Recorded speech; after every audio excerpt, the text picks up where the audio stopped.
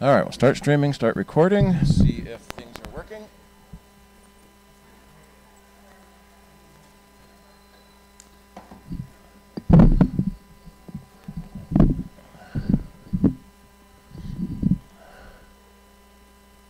Make sure we're on the right channel.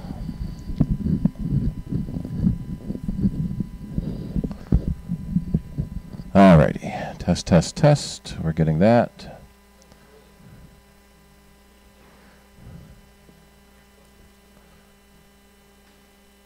Apple Cider channel is up and live.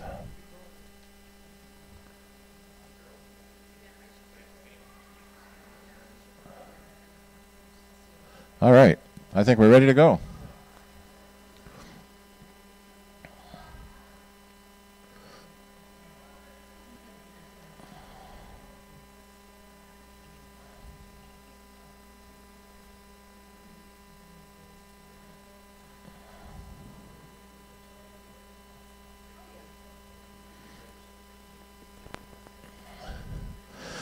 Alrighty, so we'll get started here in just a moment.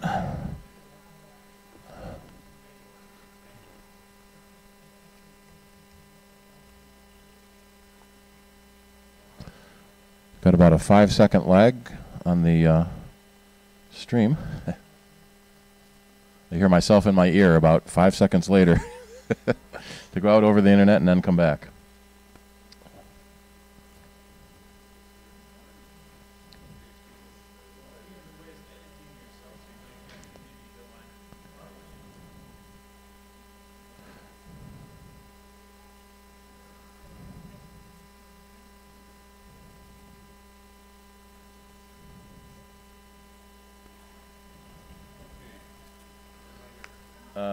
Flip the switch, I think. Earlier. I turned it off while I was arranging it. Oh, did you really? Thank you so much. Who's in charge of crowd control tonight? Thank you. Thanks for filling in there. That's a new board position we could use. Welcome to the start of the monthly general meeting of Apple Cider, Rochester, New York's Apple product and Mac user group, going back about 40 years now, I think. We meet on the second Wednesday of each month in the forum room of East High School at 7 o'clock and have a variety of topics related to Apple products and computer stuff in general, and question and answer sessions and stuff like that. There is a board meeting the following Wednesday, which anyone is welcome to visit if they want. There's directions to that on the Apple Cider homepage. And there is a question and answer session on the third Saturday of the month at the JCC on Edgewood Road. Now, is Bob Hoey going to be able to do that this month, do we know? Yes, so he's going to do his green apples and then come down to JCC to do that as well. Bob Hoey is a long-time, very knowledgeable member of the club, and he does a thing called Green Apples, for starters, at his home, and that's on the web page around 1:30. In fact, he's coming in now. And then he ends in time for people to get over to the JCC, which surprised me. It took about 5 or 8 minutes or something. His phone number is on the page, so RSVP to him if you're interested in pursuing any topic Apple stuff related with him. I'm not going to babble on at length here. We will have our annual business meeting tonight. We'll try not to take up too much time with it. Steve, you'll probably do a Q&A at the start of the program tonight before the business meeting, and then Jerry Seward is going to do a keynote after the break, right? Yep. Sound good, Jerry?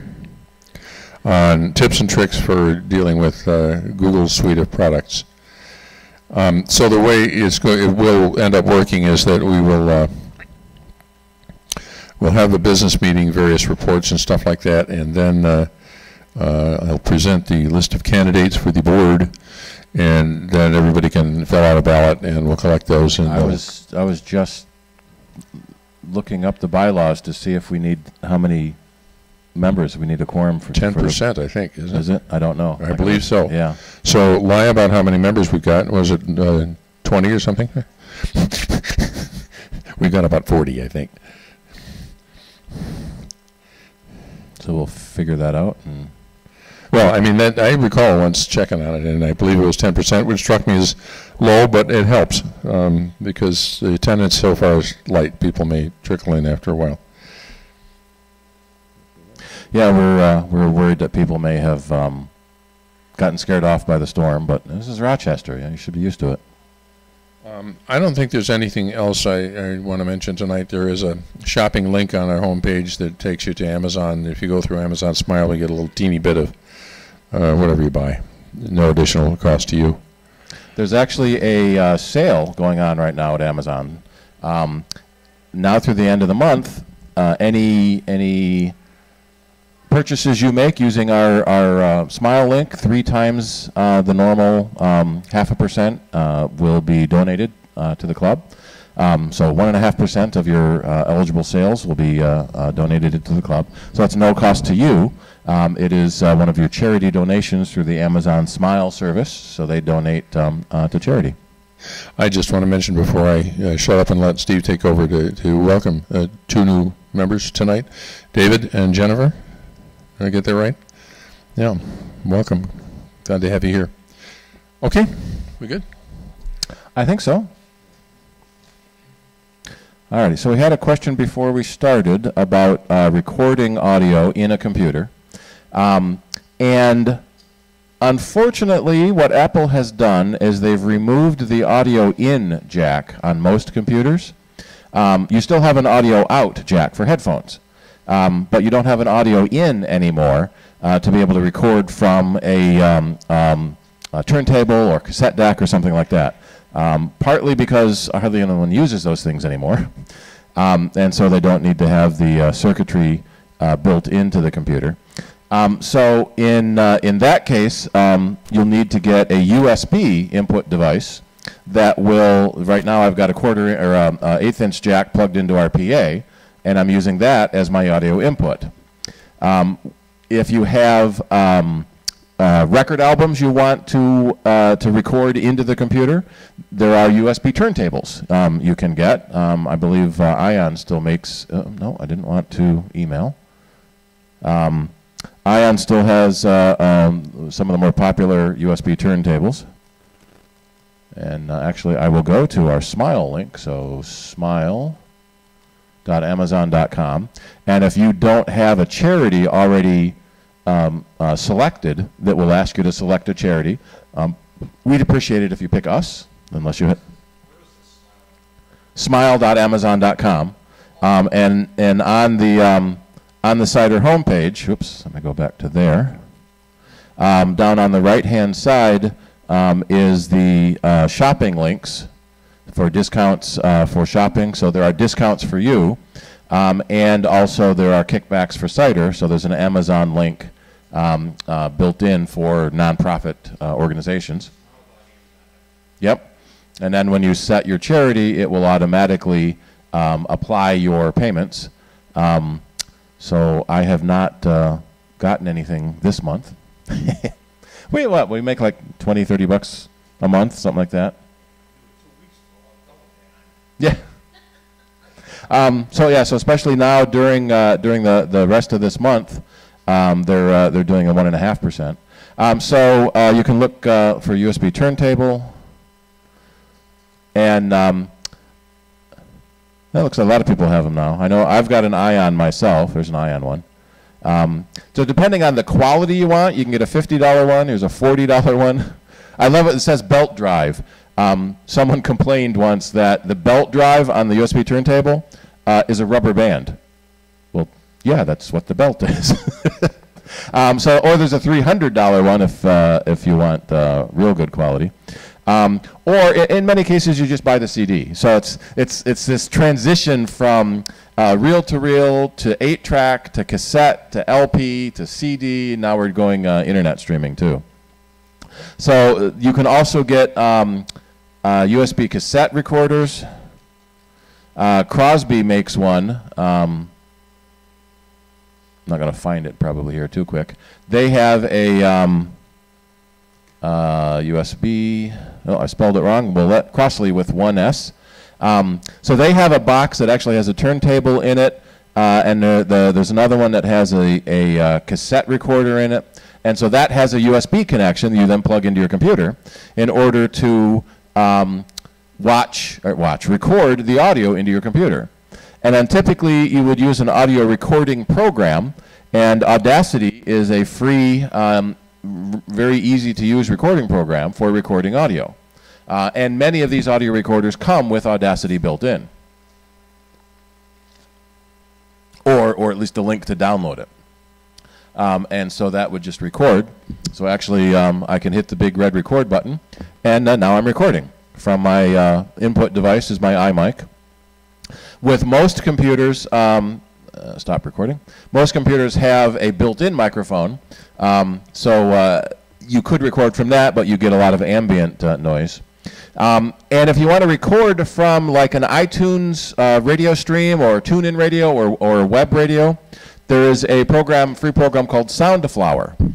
And so what Soundflower will do is it will take the output of your web page and feed it back into the computer. Then you can make that your input in your recording software. So that would let you record from an internet source like iTunes or a web page. In the olden days, we used to run a patch cable coming out from the headphone jack going into the microphone jack. So we had a digital to analog to digital, so you lost some quality that way. But Soundflower, 2 channels, so you can do regular left-right stereo, or for more sophisticated audio, there's a 64 channel version. But for most of them, that's fine. Now, if I go back here and I hit play button, and now I'm recording from my input device and so that's an easy way to do to record. And you can do editing. So now we've had meetings on full audio editing in the past. You'll notice that at the top, let me see if I can make this bigger. At the top of the window is what's called clipping. So my audio waveform was too loud, and so I need to reduce the input gain, and so I'm going to lower that down. And now let's say record again. Test, test, test. So normally when you're recording, you don't want to go into the red. So right now the audio is maybe still a little too high, and so I can bring down the microphone a little bit more. Test, test, test. 1, 2, 3. And so trial and error. You play with a little bit, and then you just do the recording. So now I'm getting a pretty good recording without too many peaks, unless I talk really loud, and then we get a peak. And so that's a quick and easy way to record from a device. The iMic is the box I use from Griffin. Oh, down to $30. And it's very simple in and out on it. It will do line level or mic level. That's the other big key when you're doing audio. Whether you're recording from a microphone would be mic level, or you're recording from a device would be line level. And so that can be higher or lower qualities depending on what you're recording. So that's one way to get audio in. Yeah. I got it at my store. We can probably still order them. I don't know if we have any in stock. I keep meaning to get down to Guitar Center in Henrietta there to look at some of their stuff. Well, House of Guitars in Irondequoit's another place. Yep, they do a lot of USB audio. So the iMic is kind of a low end. It's 44K. Fine for voice. If you're doing music, you might want to get one that has a bit higher quality on it. Remember the Yeti mic, or the Yeti? We're talking about an audio interface, not just a mic. Yeah, the Yeti mic is nice if you're doing recording from spoken word, but trying to record from cassette deck or turntable, you need something with either coming out of your patch cable or a turntable with a USB port. All right. You had a question?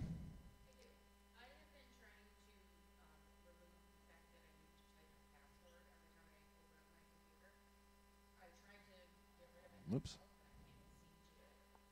All right, so the question is how to remove the login password. As a general point, you shouldn't, because that means anyone who opens up your computer can get to all your stuff. But if you want to, you start in the Apple menu and go to System Preferences. And then in System Preferences, there's two places to go to. One is Users and Groups. And the Users and Groups preference is the account you log into. And now this is a system-level thing. So you need to click the padlock to prove that it's you doing it and enter your password. And then what you can do is go to Login Options at the bottom of the left-hand list. And then at the top, under Automatic Login, you can pick your username and then type in your password again to prove that it is really you doing this.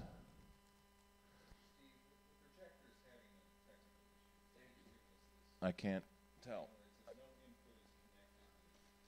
Is the cable loose on the back of the projector? Mm-hmm. Login options, and under automatic login, you want it to have your user account listed. Right, so pull that menu down and pick your user account. And then type in your password one more time to prove you're really you doing it.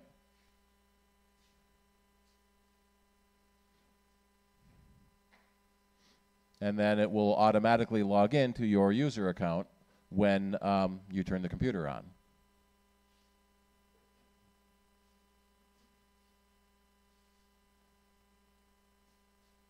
The other place, did you find that yet?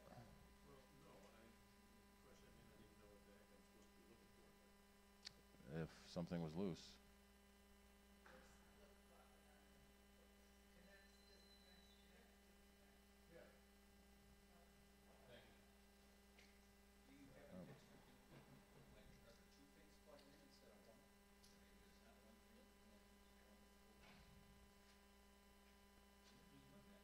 Is there a remote control that's getting the button pushed?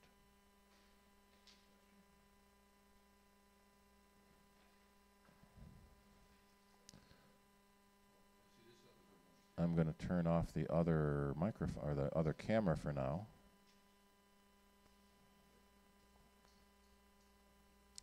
Maybe it's my new VGA adapter. I would hate that because now I have to return it and get another one. Now I can't get out of here because I'm all tied up. Oh.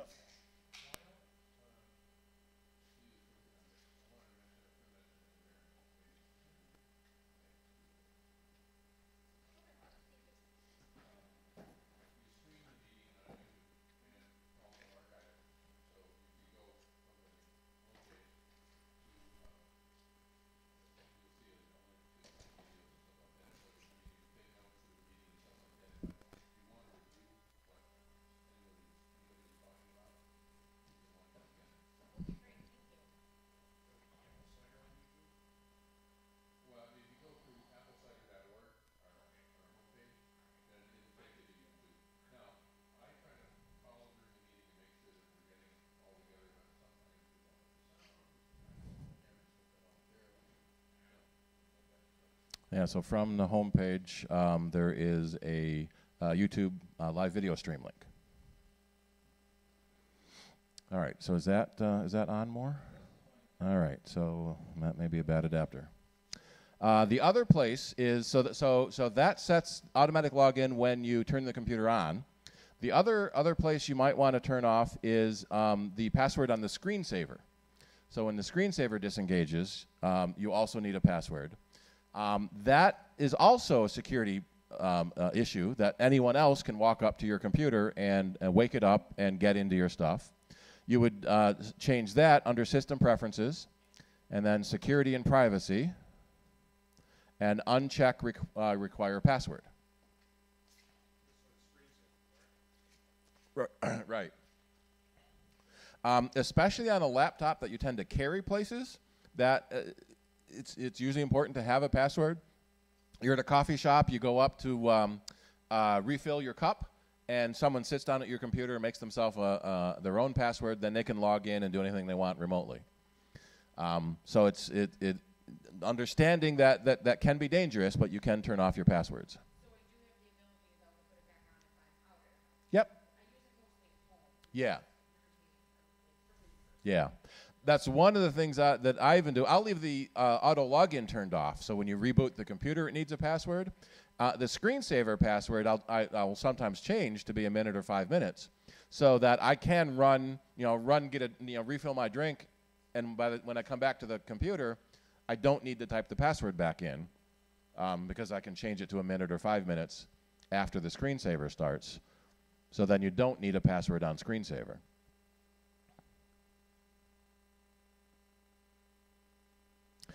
And then one more place to check for a slightly different thing is the sharing system preference lets you turn on sharing services to share data to other people on your network, which could be fine when you're at home. You want to share a file to your husband's computer. You want to make sure all those are turned off before you leave home, because if you happen to have file sharing turned on and you go to your coffee shop or bakery or bookstore, anyone else could theoretically get into your computer because you are sharing your data. So all the checkboxes should be off. Back into system preferences again under sharing. Oh, I see it. Sorry. Yep. That's also where you can name your computer. So if you do have several computers on your network, you can give them all a unique name so you know which one it is. And one of the neat things here at the school, since we're on the school's network, here are all the computers connected to the network. 359 of them are showing up with some form of sharing turned on. They're mostly all PCs because they have the ugly PC logo. But every now and then we find a Mac in there somewhere. Usually here there's a Mac. So now I can try logging in. All right, so they have screen sharing turned on, but not file sharing. So that's probably a Mac in a classroom that the teacher needs to be able to see their screen. I would expect that the school's IT staff would have that pretty well locked down. Although since we're in the school, that's sort of your first layer of security, physical security. If someone gets in your house, they can plug a wire into your network, or your Wi-Fi password. If you don't have a password on your Wi-Fi, they can be parked out front and get into your stuff. So on your wireless menu, you'll notice that most networks have a padlock. The ones that don't are guest networks, meaning that anyone can log in and connect to your Wi-Fi without having the password. Something's blocking it now? You just can't win, can you? Make it a bit bigger. All right. Yeah, there's a lot of cool things in system preferences that you never, you set once and then never go back and look at again. Yeah. Can I mention that I have a MacBook Pro that's 10 years old, and so when I bought the thing, they put, at the store they put my name on it and the password and so on and so forth. So for like 10 years, I was running it at administrator level, and Steve talked about this stuff and how it's desirable not to do that most of the time. You create a standard user, and I had to kind of chase my tail around a little bit to do that, but it turned out that I was just in my own way. And it was one of those things I went to the Saturday Q&A about with him, and he talked me through it, so that you don't get the risk of drive-by downloads of malware and so on and so forth. Yeah, so the first user you create when you set up your computer the first time is called an administrator user. And the administrator has permission to do administrative things. So they have more permission on the computer to do things. And one of the things that the administrator can do is install software. And what Charlie had mentioned, there's a thing on the internet now, one of the new threats is called a drive-by download. You go to a website and there's an ad. And it's a malicious ad that installs malicious software in your computer. Because you're the admin, it can install in your computer.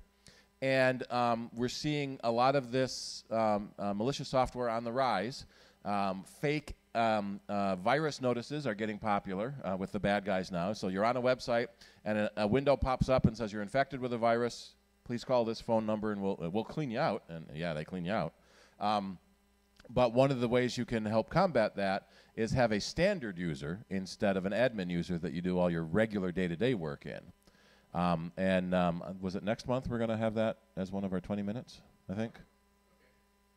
I think that's what we did. Didn't we decide that at the board meeting? No, that the next board is going to decide that. Is that on a Wednesday night, or is that? That'll be on a Wednesday night, yeah.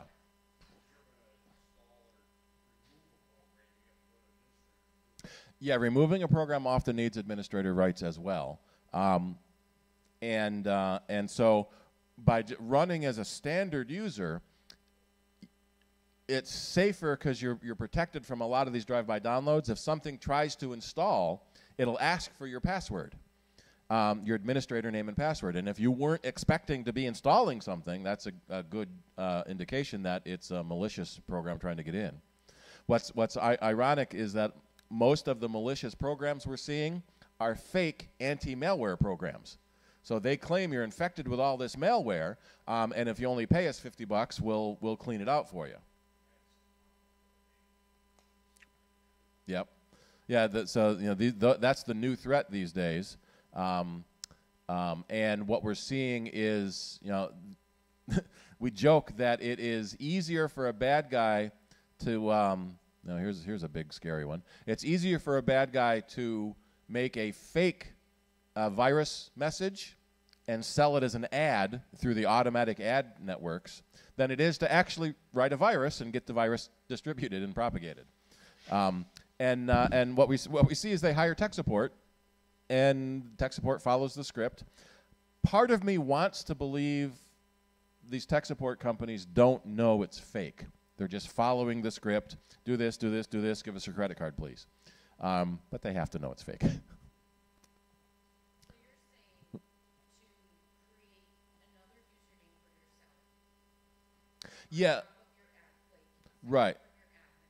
And so sign into your computer normally that way. But you Right. other user Yep. If you just set up your computer, then you can make another standard user and use that one. If you've been using your computer a while, you probably have all your stuff in it. So the trick is to make another admin user, log into the admin, and make your other user a standard. So you create a new admin user and then downgrade the other one to a standard user. And that's what we're going to, we'll probably show off next month. That was exactly my situation. I had my home folder for 10 years was under what had been an admin. So Yep. I had to make that admin into a standard so I could access stuff from the home folder.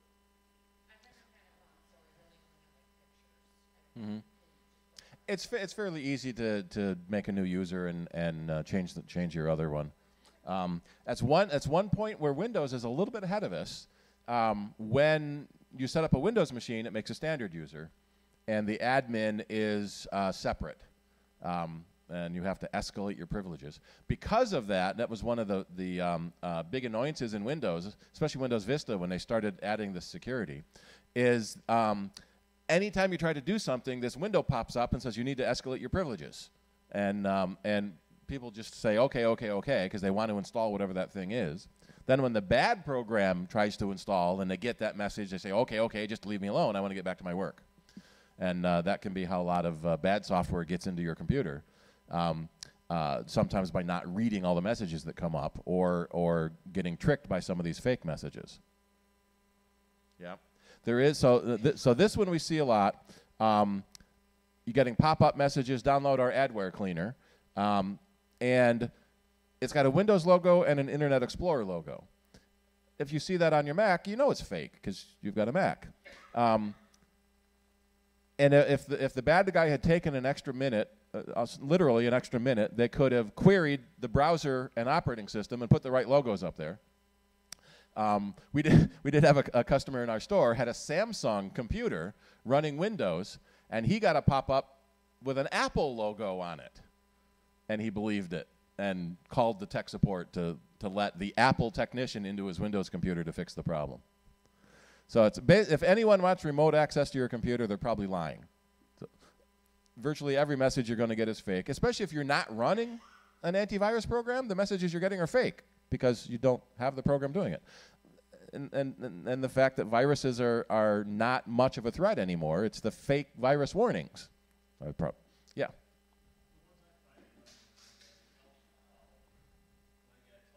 Yep.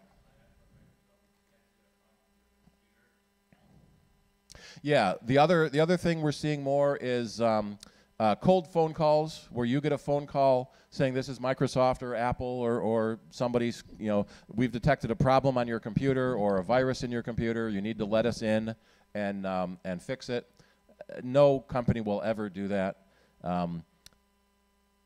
The biggest thing we've seen is if you end up with like a mass mailing virus that emails junk from your computer, your internet provider shuts off your email service.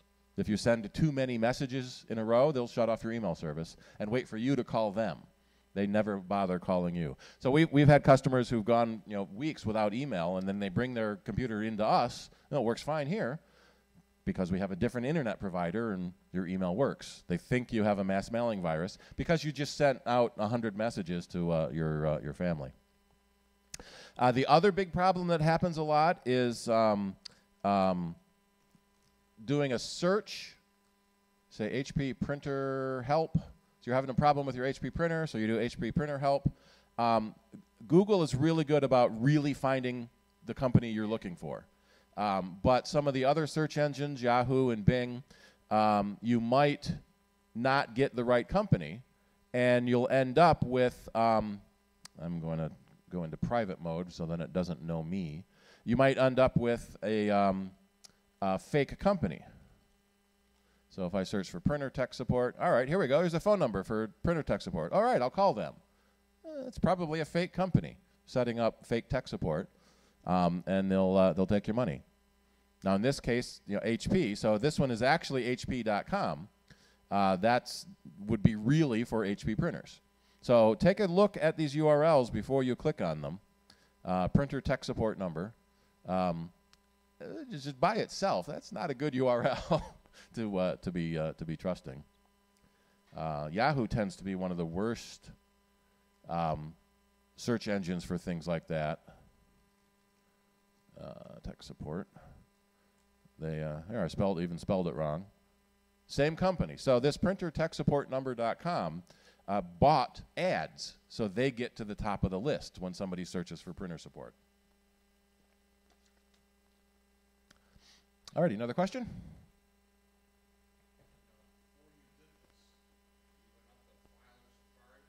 I went into something called private browsing mode. So what private does is it doesn't store any cookies. It doesn't look at the cookies you already have on your computer. So basically this window doesn't know anything about me. And the Google search engine knows the things you've searched for in the past and gets really good about finding exactly what you wanted to search for because it knows your past searches. Because I have a Google account and I'm usually logged into it. So by going into private mode, it doesn't know who you are, so you get kind of a generic search. There's been something called the filter bubble. If you do a search for, especially a political opinion, in your own account, so I know I'm in my account because I got my little icon up there, so I'm logged into my Google account, and if I search for something, I'm going to find results that follow my political leanings because it's everything else I've already searched for and all the links I've clicked on. So one of the things that cookies do is it remembers what websites you've gone to. And if I do it in private mode, I might get a completely different list of results because it doesn't have my past search history. Now, it does have my geographic location. So, in a certain city, search results may swing one way or the other. So it's interesting that you search for stuff and it reinforces your own political opinions because it knows what you've searched for in the past. So we have this filter bubble where you get reinforced by the things you search for because you've already searched for those things. It's sometimes a bad thing.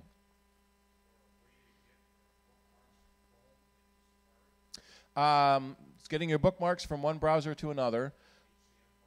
Most browsers have a export bookmark command. So can I show my all? And of course, right now I can't find it in Safari. The first time you open a browser, it will ask if you want to import the bookmarks from your other browsers. There we are. Import bookmarks. There we go. I should have. I know. So no, wait. Where did it go? Export in the file menu. So in the one browser, you would export your bookmarks, and then in the other browser, the one you want, you could import your bookmarks. If you use the same browser on all your devices, they will be synced. Oops. They will be synced through your service. So if you use Safari, I'm going to go to System Preferences and into iCloud. iCloud will sync your bookmarks and your history between your devices. So each device you log into your iCloud account on, you can turn on Safari syncing. With Google Chrome, your bookmarks are synced through your Google account. So they can be synced through different browsers. And then Firefox will sync themselves. Getting your bookmarks synced across different browsers is a tricky bit. And there is a extensions for that. What's it called? Xmarks. I think it's Xmarks.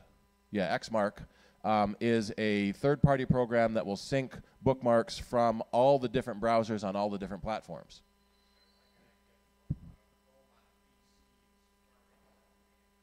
That can be a little tricky. You would export the file, put it on like a flash drive, or even email the file to you, and then import them on the other machine.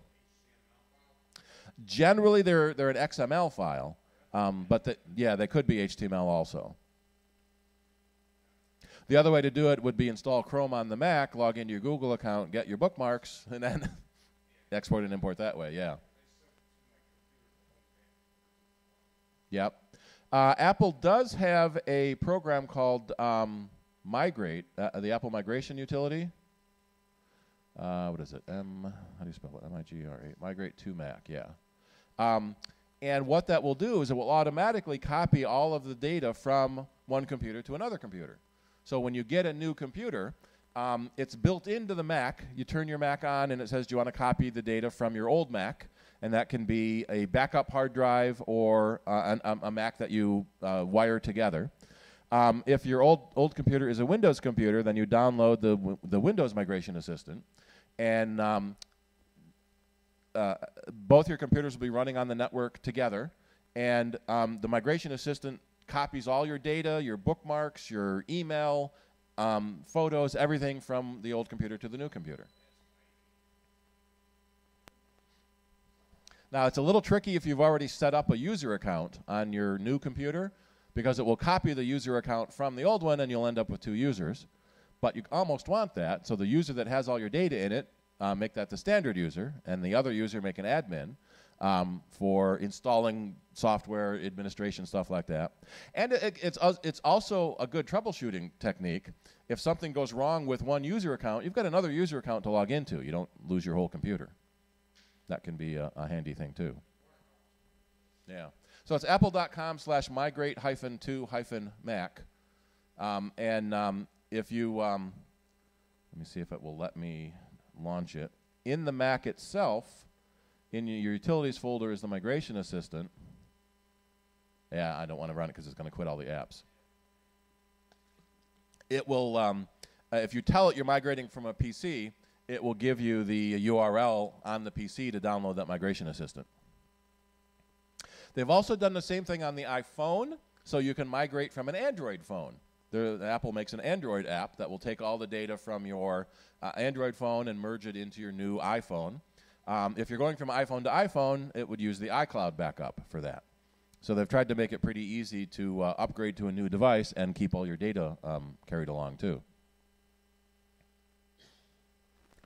So quit. Don't want to run that. There's been a lot of talk lately about battery life. A new version. Remind me later. especially on the iPhones, the older iPhone, iPhones SE and later, the iPhone SE and iPhone 6 and 6 Plus especially. Apple added a feature in the phones last year that if the battery gets weak, it slows the phone down so your phone doesn't shut off under a power load. And back then, everyone loved this feature to stop your phone from unexpectedly shutting down, until someone ran some tests and benchmarked the way they stopped the phone from shutting down as slowing the processor. So then there's class action lawsuits that have been filed against Apple for intentionally slowing down your phone so you'd go out and buy another phone. Well, go have your phone looked at first. Don't just assume it's broken and buy a new one. Of course, if you do that, I'm sure they'd love that too. And so in response, Apple has lowered the battery replacement cost to $29 for certain model phones. And they are adding a feature into the iOS to let you see the more detailed information about your battery. So not just the percentage. The way lithium batteries work, the percentage is based on what's called the full charge capacity. So when you get your device brand new, 100% is 8 hours. 4 or 5 years later, 100% could be 10 minutes. It's still 100%, but the capacity has dropped. And on the Apple, if you hold the Option key down and pull down the battery menu, it will give you some information. So right now it's telling me my condition is normal. And it's also telling me what programs are using the most amount of energy. And this is my broadcast system, how we're streaming on YouTube. So there's a program called Coconut Battery that gives me more information. So my battery is currently at 6,089 milliamp hours. My full charge capacity is 6,600 milliamp hours, which is 91% of the original rated capacity. And so this battery is 317 says, a year old. Wow. I've had this computer a year already? My God. It's been a year already. Wow. So in a year, we've run 29 cycles. So the other thing about batteries is your cycle count. How many times have you discharged it and charged it again? Generally, batteries are rated for about 1,000 cycles. So one of the things that have changed over the years in battery technology is in the old days, you might have remembered the recommendation to not leave your battery plugged in all the time.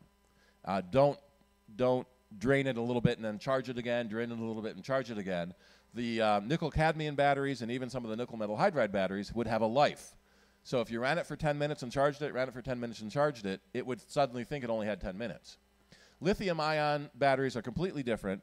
The number of charge cycles wears the battery out. So if you discharge it and charge it, discharge it and charge it, that can wear the battery out. So leave it plugged in all the time is one way to keep your battery working fresh. And it works on fractional battery cycles. So if you drain it 10% and then charge it again, that counts as a tenth of a cycle. The one thing the lithium batteries really hate is being discharged completely. So you'll start seeing warnings about 20%, 10%, 5% to not let the battery get discharged too far because it may not charge again. So that was earlier advice, is drain your battery completely and charge it completely. That also is no longer valid with a lithium battery. And then the other sort of side effect is if you keep your battery plugged in all the time, when you do go to take it somewhere, you got a full charge. So this Coconut Battery is a free app for the Mac OS, and there's a couple of apps for iOS that do the same thing, but Apple's going to be adding this in. So it tells me that my battery is okay. I'm still at 91.9% of my charge capacity. So if my battery doesn't last very long, it's not the battery's fault. And that's the other thing they've done in the battery menu is they've added this, it's being called battery shaming, shaming a program that's using a lot of battery. But this is a video broadcast program. It's recording video and streaming it over the internet, so I expect that to take a lot of battery. All right, another question? Generally speaking, it's okay, especially overnight. Usually people plug it into charge overnight.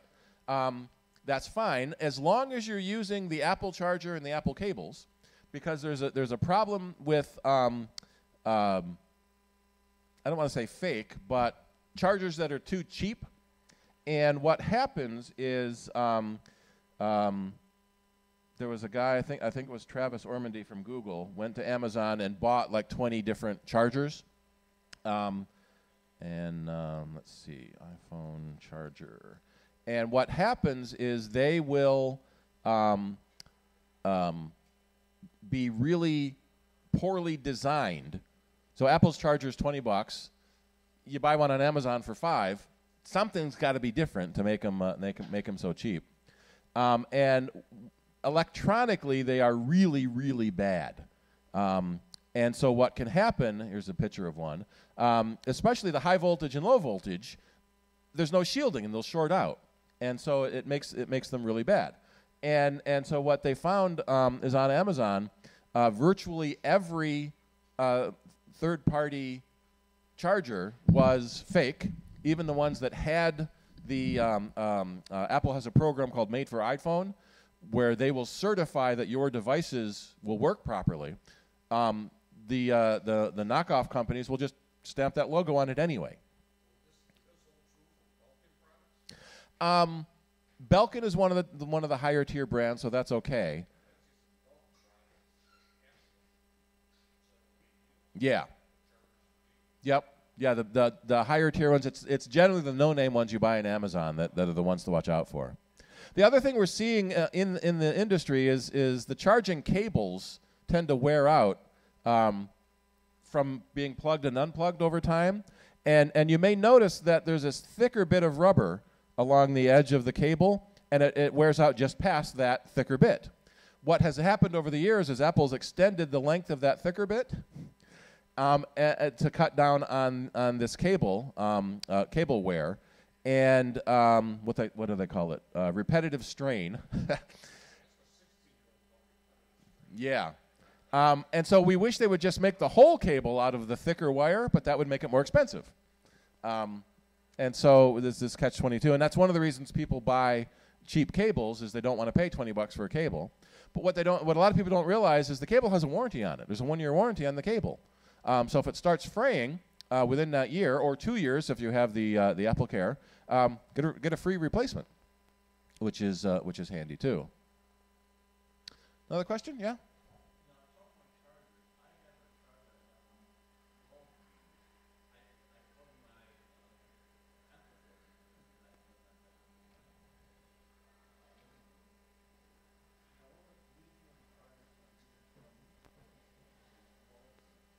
I don't know. It depends on what brand they are.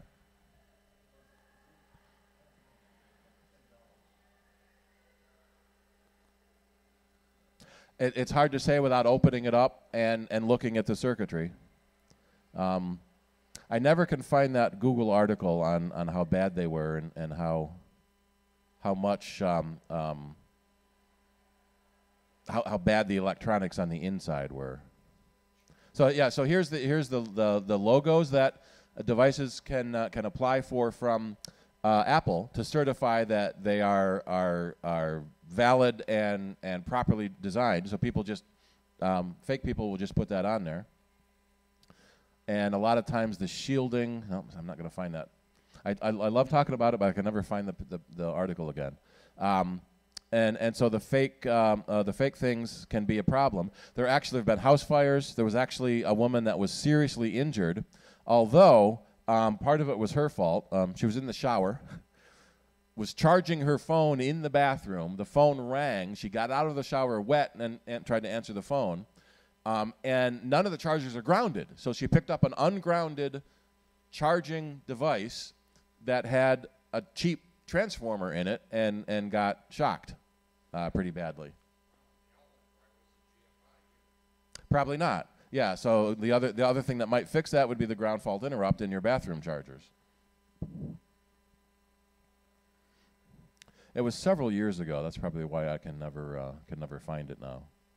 And it's one of those bookmarks. You know, you bookmark everything, and then suddenly there are a million bookmarks and you can't find anything on. And it's not just Apple. Here's a fake Samsung charger. There's fake Motorola chargers.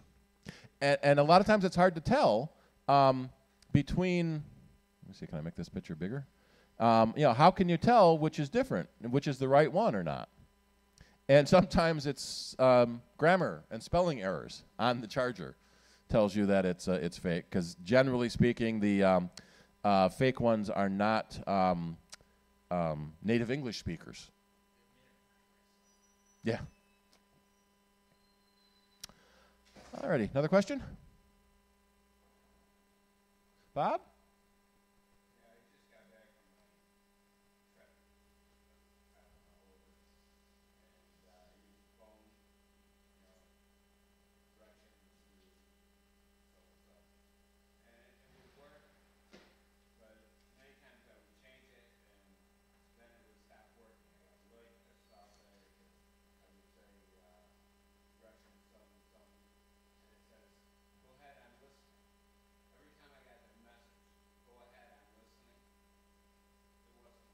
Yeah.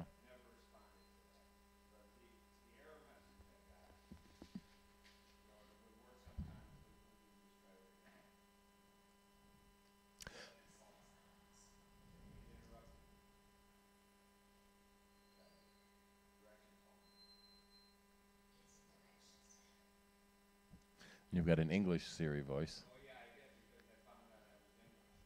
Nah.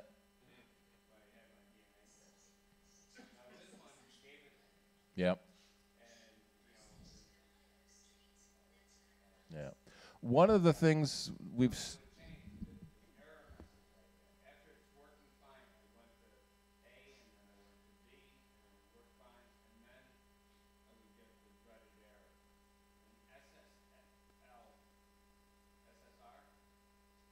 SSL maybe, secure socket layer.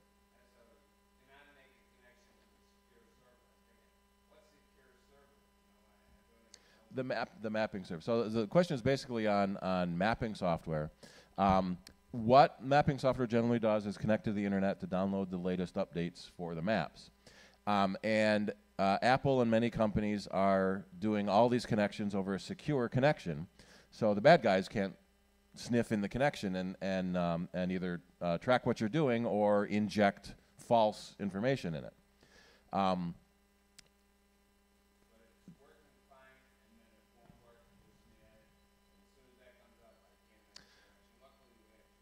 Yeah. There have been a lot of complaints about Apple's mapping program. Some cities it works really, really good in, and some cities it doesn't. And so what you can do, if you have how many people have trouble with Apple Maps? How many people knew there was another mapping program you could use? So you can download another mapping program. You can download Google Maps, or Waze is a community-generated mapping program. And so it's full turn-by-turn GPS maps. But Waze has an interesting option where you can report speed traps, you can report accidents, and so it tends to be a little more up-to-date with traffic notices, congestion and navigation problems. And so if Apple Maps isn't working, you can try a different mapping program and see if that works any better. Generally, an SSL connection like that error is there's some hiccup between you, the cell tower to the internet to the server at the other end, and then reversing it to get back to you. It'll often fix itself in a few minutes, but a different mapping program may take a different path to get to the server and not need not have that type of error. So we're my family is heading down to Florida on Saturday, and I'm gonna try Waze, because one of the other guys at work loves it and uses it all the time. Pardon? Oh, yeah?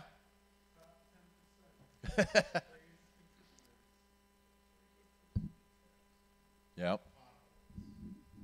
Yeah, potholes are horrible. Yeah.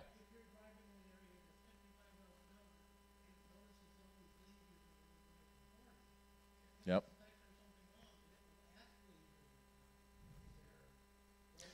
Yep. So because Waze is community driven, it will recognize if you're going slower than the speed limit, ask you what's happening, and so you can report issues, and then it reports that to everybody else along the way. So you can have a speed limit warning in it too.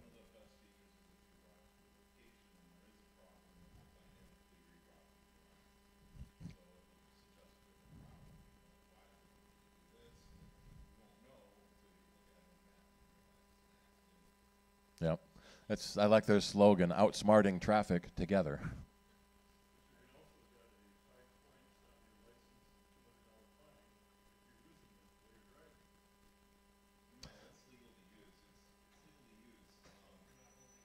Yeah, don't hold it in your hand. Yeah. I don't know if I read something once. I don't know if I trust those vent-mounted things, because then all summer long the cold air is blowing on it, all winter long the hot air is blowing on it. Yeah. Yeah, electronics like being cold. They don't like being warm. In fact, if you leave your phone in the car on a hot summer day, you may see an over temperature warning where it won't run until it cools back down again. Yeah, batteries don't like heat either. Yeah.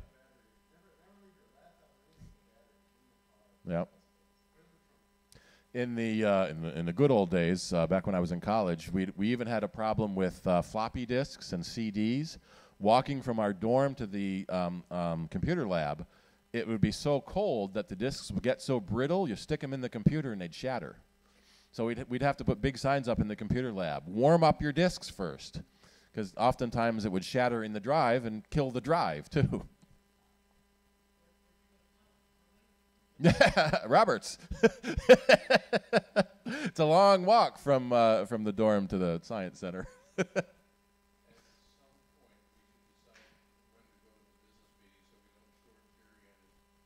Yeah, I see it's about 8 o'clock. So any last questions?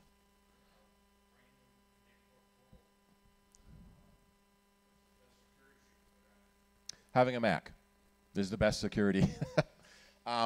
There are... The Apple has a built-in malicious software program that I can't remember the name of it offhand. Also, there is the Gatekeeper program that is part of the security and privacy, that you can't you can only install apps from the App Store or from registered developers. So that helps a lot of the drive-by downloads or malicious software from getting installed. It just won't let you install that malicious software. And not running as an admin helps as well. There is a program called Malware Bytes, anti-malware, which is also very big in the Windows world too. I don't know that much about it, but I know it's a relatively good one.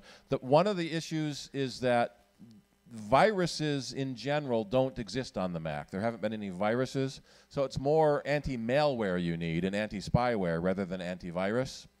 And not every program does good at finding everything, and some programs that try to find everything don't work very well. So we find on the Windows side, we generally like Malware Bytes and Super Anti-Spyware.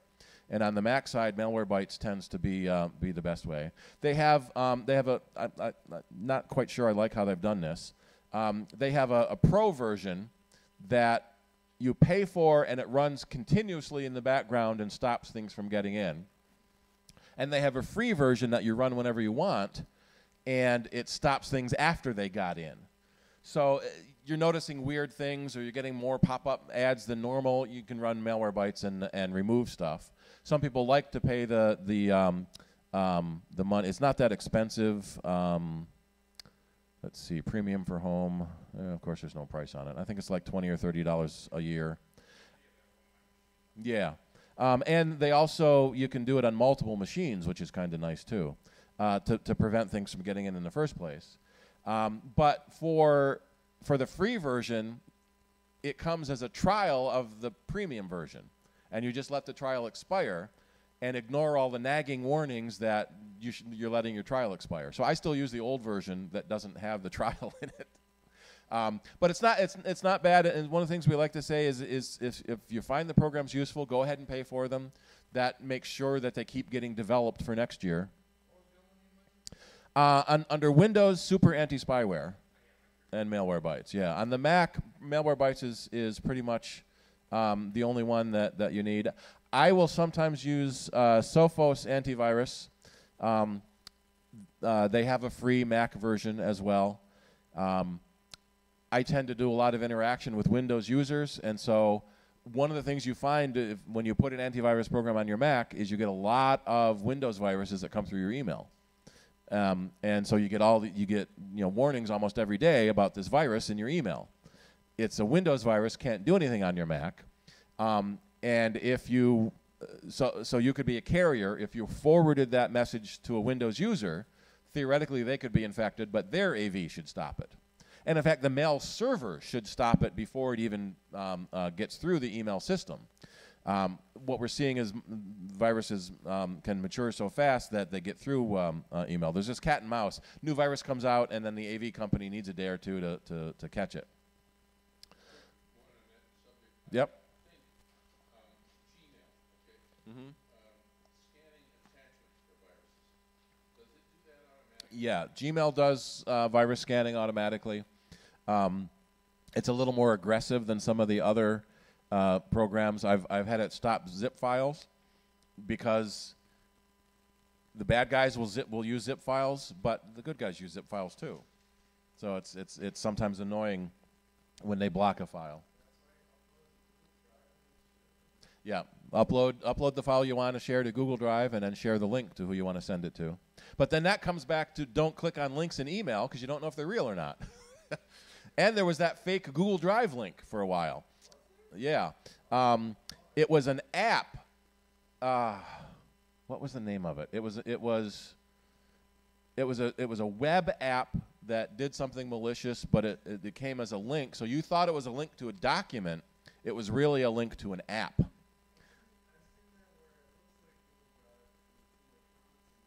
Yeah. Yeah. Yep. So it's like filename.doc.exe. And both the Windows and Mac will hide the extension, so all you see is .doc. Oh, it's a Word file. But no, it's an exe. It's an executable malicious program. Couple of things I want to mention. WWDC, Apple's Worldwide Developer Conference, has been set. It's June 4th. So that will be before the June meeting. So during that month in June, we'll be probably talking about the new stuff coming out. Apple's going to buy Texture, which is a magazine subscription service. It's like Netflix for magazines. You pay $10 a month, and you have access to 200 different magazines you can download and read. And we're not sure right now. They're keeping that service. We're not sure if they're going to roll that into a new Apple service or if it's just going to be free as part of Newsstand. So right now, the News app comes from news sources, Washington Post, BBC, things like that. They could come back. Last version, it was called Newsstand, and actually had magazine subscriptions in it too. They might bring that back, which is interesting. And they had their supplier responsibility report, where they report on their suppliers, and they found some of them are doing bad things, underage workers, too much overtime. I'm trying to find the number. What really surprised me was how many vendors Apple uses. It was like 300 or 400 different vendors supply things for Apple. And among those 300 or 400 vendors, there's tens of thousands of, there it is, 756 audits in 30 countries. And that is probably hundreds of thousands, if not millions, of jobs. And that's one thing Apple sometimes touts, is how many jobs they've created. They include the millions of app developers and the millions of suppliers of their component bits. And so they claim they have 1 million employees directly themselves in their Apple stores, but they sometimes over-exaggerate the number of people that actually work directly for Apple. Yeah, the geniuses in all the different stores. but there's such a high turnover. They're actually removing the Genius bar, and they're going to an Apple Grove now. So they're bringing more trees inside, so it looks more natural. I don't know if I like it or not. Probably not. Couldn't find enough Geniuses. Trees are smarter, yeah. Actually, there's a problem with the trees in California now. At Apple Park, Apple has ordered so many trees that if you're building any landscaping pretty much anywhere in Southern California, you can't buy a tree because Apple bought them all. Alrighty, so I think, is it, should we, time to, do we have, did we check the bylaws to see if we have enough people to have the elections?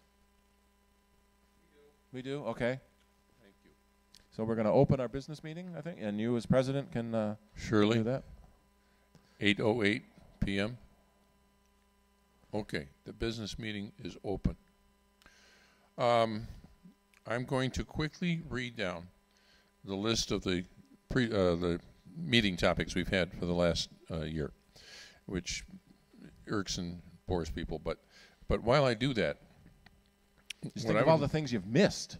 Well, what I would like you to do, if you could, is because when I was looking for this thing, I realized that at this point I think we have archived YouTube videos going back to roughly August of 2015. Does that sound right? Something like that. I don't remember. Okay. And those would be through that link from the Yeah, they're CIDER archived at homepage. YouTube. Now, and what I would like you to do is show people the path that it took me a little digging around from the CIDER homepage, and I think it is meeting files. Meeting files, right? yep. And then it's going to be... So the meeting topic history. Boy, does that look totally different from what I was looking at. But anyway, yeah, that's what you're looking for. The thing is that here's the warning that you tried to log in. I'm getting it on my computer. Yeah, I don't know, because I was just going through the public thing. This is nothing you need a password for. Because like I'm logged in, that's why we're seeing more than usual. So I am going to... Oh, I see. I'm going to make a... Because I think you had to go through shared and then public, didn't you? Maybe. I'm going to make a private window so it doesn't know who I am, and then we'll do it that way. And now we'll go to meeting files. Yes. So you can see the topics, and so this document will show you the meeting topics that Charlie's about to read off. Anyway. So that goes back to January 2014. Yeah. So anyway, my point was that if it was a case where there was a meeting, half a year ago or something like that, sometime, and there was an interesting topic, and then you had reason to be interested in it again, but didn't remember exactly when we did it, you could go through this list and then look for the YouTube video that would have that meeting on it. Does that make sense? Except the YouTube videos aren't here. No, so they're not on that. You'd have to find the topic and the date, and then go back through the video link from you can the go CIDER to homepage. Meeting archives, and then go to the year, and let me see if I list. There we are. No, I got to fill in some of those. Why is that happening? I don't think I went through the meeting archives. So there was a meeting topic. See the topic history there? That CIDER meeting topic history. Yeah, topic history. Yep. Yeah, so these there are you are. And then you could just scan down that. That'll work too. Yeah, that's easier than going. So the meeting archive folder has the PDFs that speakers have left. Oh yes, right. That's true too. Yeah, documents you can look at and read.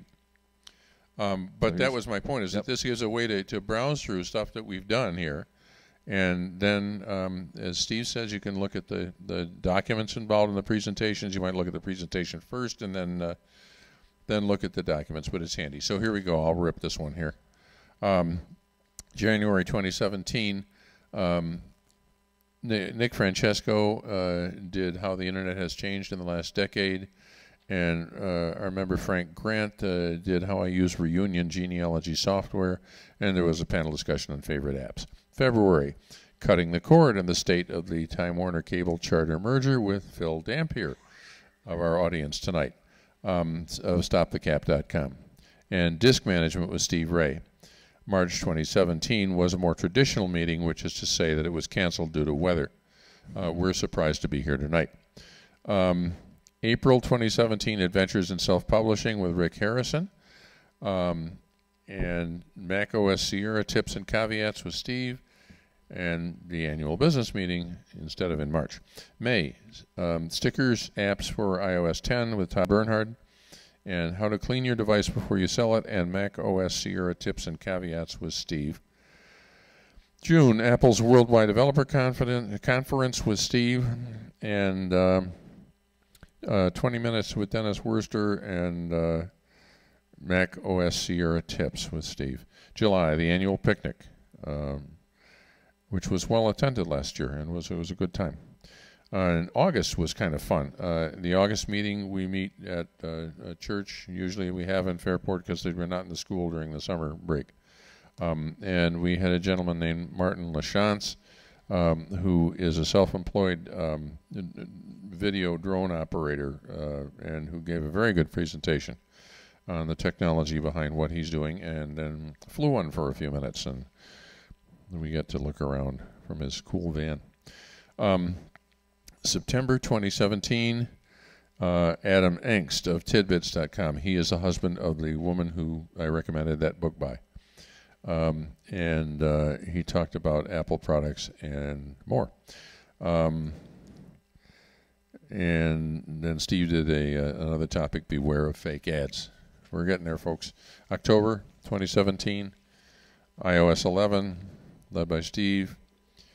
And Keeping Cloud Costs and Security in Check, led by Todd Bernhard, Cloud Checker. And that was really cool for showing how cloud computing has evolved in terms of the amount of the computing that's done in your business location or whatever, and the amount that's in the cloud and the different levels of that you can find. So I enjoyed that. November 2017, macOS High Sierra, led by Steve, and iOS 11 follow-up. December, Virtual Machines and Emulators by Steve Ray and Rick Harrison. January, 3D Printing by Steve and Shirley's son Matthew Ray, who brought his machine in and set it up and started a 3D print, which ran longer than he. And it hasn't worked since. Oh, really? Are you serious? Yeah, the print had clogged. Oh, dear. February, Cutting the Cord and Loss of Net Neutrality with Phil Dampier. And Steve talked about Duet Display, which allows you to use your iPad as a second display on your computer, which brings us to tonight. And we will be having Jerry Seward talk about the tips and tricks of Google Suite of products. So that's that story. I think now I put a cork in it, and I just do want to say, before Steve gives his reports here, that the board are tremendous people, and it's been an honor and a privilege to work with them for a few years now. And they put in a lot of work doing this, and I certainly appreciate it. The club, we wouldn't be here tonight without the board. It's this. When we get around to the nominations, I will read them off. It's brief. It's going to be pretty much the same people, except for Rick, who has achieved, I think, maximum satisfaction with the position after about 30 years or something. Maximum saturation. Is going to take a breather. Okay, you want to do your reports? Sure. One more thing I wanted to point out. So on our main webpage, the YouTube link, that takes you to the list of all of our meetings, and they're all dated, but most of them also have a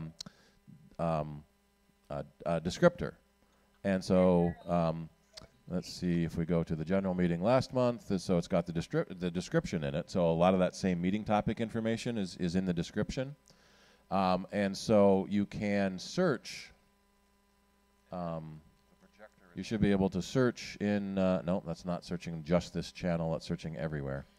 Crap, how do you do, I forgot how to do that now. There's a way to, yeah, there's a way to search just this channel to find the, I don't have any control over here. The projector is only seeing this. Let me try there. Nope, that's a full YouTube search. There's a way to do it. So this is a list of all of the... That's just a playlist. So this is our channel.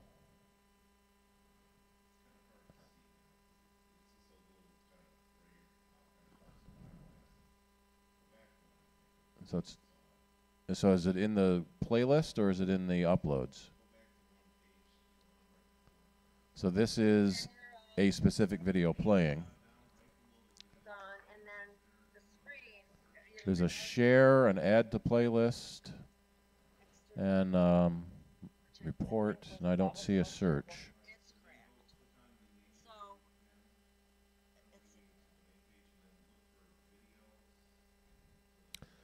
That one called uploads and one called play all, and so I got uploads and created playlists.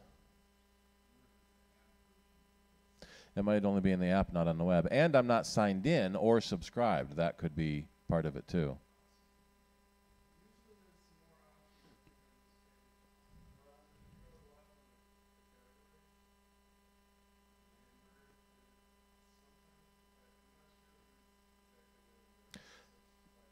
Yeah, I think it's because I'm not signed in. We'll figure that out. But yeah, so the video's there, and because it's a digital stream, you can jump forward, you can jump backward. What did he say? And you can jump back and and see what was said. Alrighty.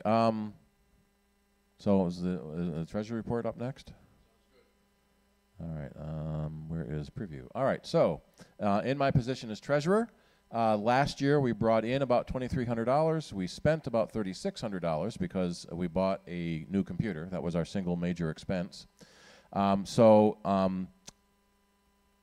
were $1,200 in the hole, well, $1,300 below income for the year because we just bought the computer.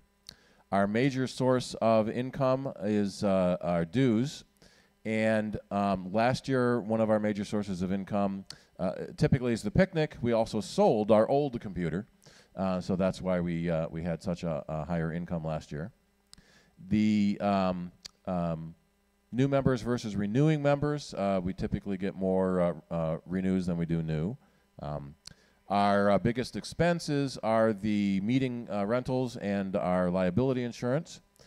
Picnic generally pays for itself, so we spent $159 on the picnic, and we brought in $1,100 on the picnic, so that was really good for us. That may not be the same this year because we won't be selling a computer, so that was about half of our total sales at the picnic. And I forgot to print last year to date, so I don't care about that. It's been telling me to upgrade to the new version. I don't want to. So last year, our previous year, so that was 2017. I want to go to 2016. That's 2015. That just should be 2016, but it's 2017. I'm sorry. I have to tell that, 2016. So in 2016, we brought in $1,800. And we only spent $1,300 because we didn't buy a computer. And so we ended up the previous year with $500 net. So year over year, we were down significantly, but that's because we bought a computer. Generally, the computers are only purchased every 4 to 5 years. And we don't foresee any major expenses in this coming year. Apple CIDER, we have our MacBook Pro, which is now just barely a year old, just under a year old. We've got our PA system that we use. We also have a projector that was donated by past President Erwin Wagman, who has since actually passed on.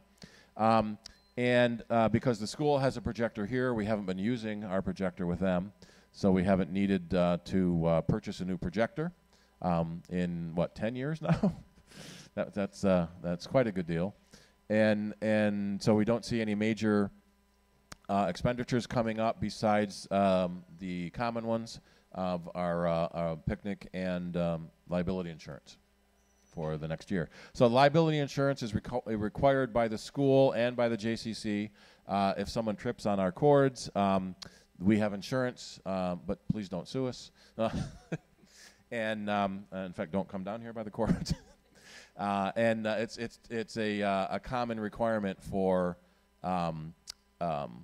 meeting locations that you have liability insurance for your events. Pardon? I'm not sure offhand. We are using Avon Insurance. It was a local company. I think they've got purchased out by who is it now? Pinnacle, above it. That's a good question. No, we haven't had a new insurance.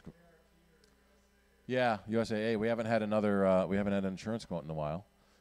Shirley, can you record that in the minutes so the board can take that up?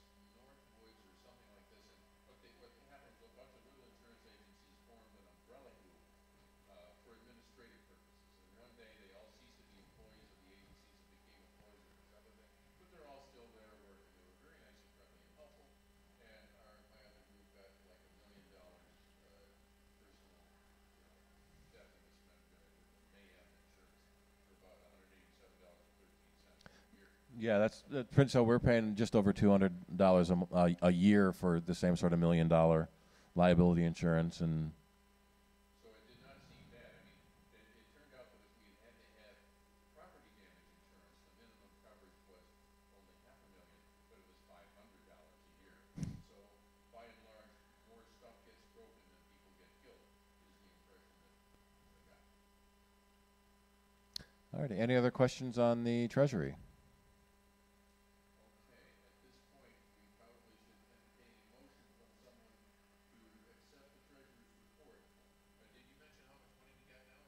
Oh,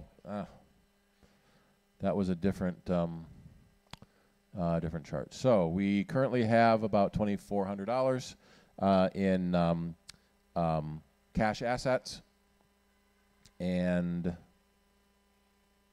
yeah, our Amazon. Let me go back to this other report. Amazon referral fees. Let's see. That was for referral fees. So $175 we made from Amazon last year. Referral fees from Amazon Smile payments, and also our Amazon Direct referral link. So if you use the shopping link on the home page, no, wrong button again. Under shopping discounts, if you grab this Amazon link and drag it up into your bookmark favorite window, it will automatically have the Smile link in it. And our regular referrer link, so we can get both sides. So Amazon has a referrer link, so if you like review items, if someone buys the item based on your review, you get a kickback. And then they added the Smile ability for charities organizations to get a kickback too. And if you use both links, we get a double kickback. Although there is a maximum amount they donate per item, but it's $175 last year, so that worked out pretty good.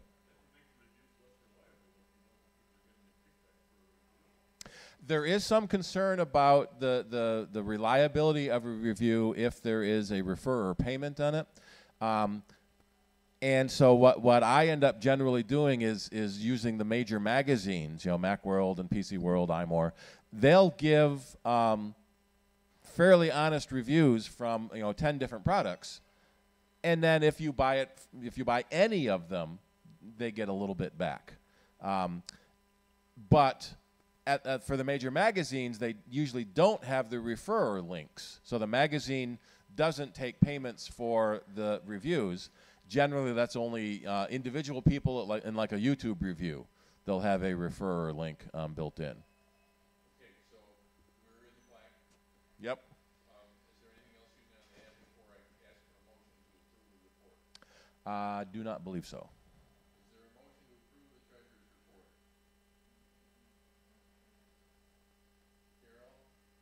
And looks like Jerry is seconding. All in favor? I abstain because it's my report usually. So we've got, I think I kind of blurred that in with the Treasury. We've got the computer and the PA system are our major, currently our major assets, and then the projector that we don't use because the school has one.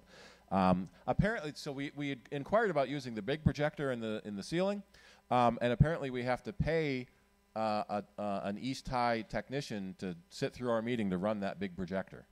And we decided, no, we can get our own. Alrighty. We probably should back up half a second. Is there anybody who is not a member that needs to join or renew? Or Shirley probably took care of that on the way in, didn't you? Did you check memberships on the way in, Shirley? Okay. So before the ballots are handed out, we'll make sure memberships are current and up to date. Well, no, that's fine, except that I don't want to spend a heck of a lot of time on it. I'm inclined to trust people. Yeah. I think historically there's very low incidence of voter fraud in CIDER elections. Do we have any orange candidates? Okay, I'm going to quickly read off and possibly impolitely point at people. These are the candidates for offices and board positions this year. President, Charlie Bergner, that's me. Vice President, programming is open, no nominee. Vice President for Publicity, Linda Danko, who's not with us this evening. Treasurer, Steve Ray. Secretary, Shirley Ray, in the back there. And directors, Bob Hoey, Vicki Thayer, who was here a moment ago, and Carol Areno. So the question is, are there any further nominations from the floor? Okay. And for the open position, the Vice President of Programming, generally the job is to find people to talk. You don't have to be able to do any presentations yourself. You just find someone to give a presentation. So you can delegate all your work to someone else.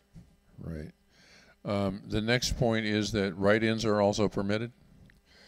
And I think with that, what I'm going to do is get ballots, which I have over here, and I'm going to go through the room, past people, and take your word for it that you are an up-to-date member, give you a ballot. Then there's a white basket I'm going to stick out on the refreshment table. If you would just drop the ballot in there.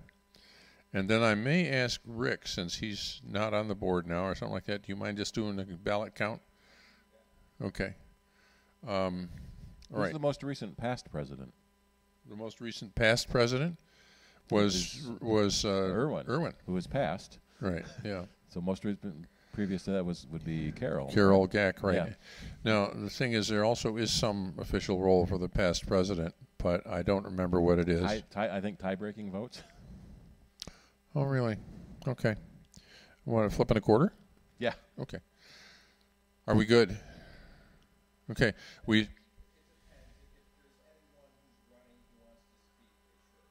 Yeah, okay. Anybody want to stump or have a rally or anything like that? Are we good there?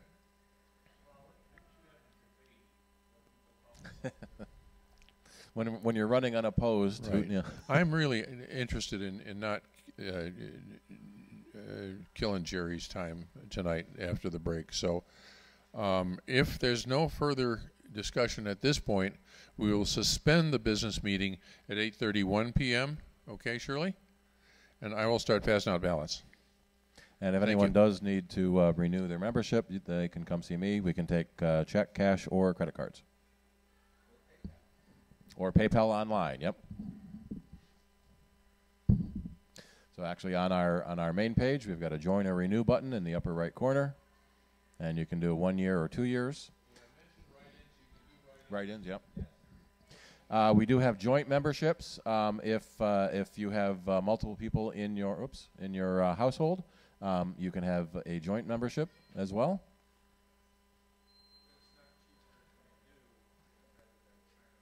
No, it's the flat rate, yeah. We figured it was pretty cheap. We didn't give you need to give you a discount for signing up. You can always donate more to us if you want. We are a registered 501c3 educational institution, so your donations are tax deductible. As Charlie mentioned, our picnic in July is often accompanied by a flea market, so you can bring some stuff that you want to sell off. We do meet at Brighton or Buckland Park Lodge, and it's a carry-in, carry-out park. So if you bring something to sell and it doesn't sell, you have to carry it back home again. Alrighty, we'll take about a 10-minute break. Shirley has some refreshments out front. You can turn in your ballots, and then when we come back, we're going to have Jerry Seward talking about some tips and tricks of Google's product suite.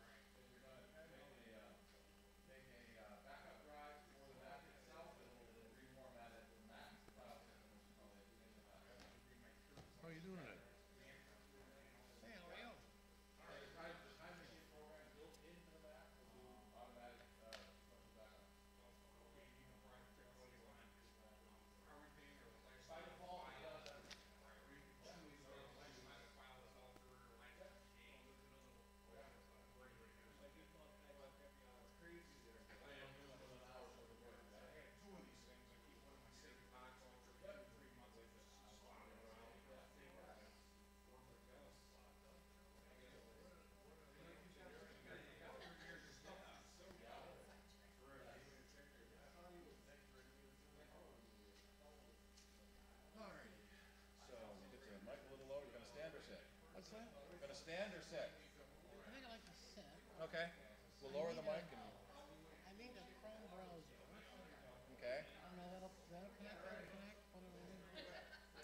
We can connect to the projector, but we can't connect to the stream. I don't care about the stream.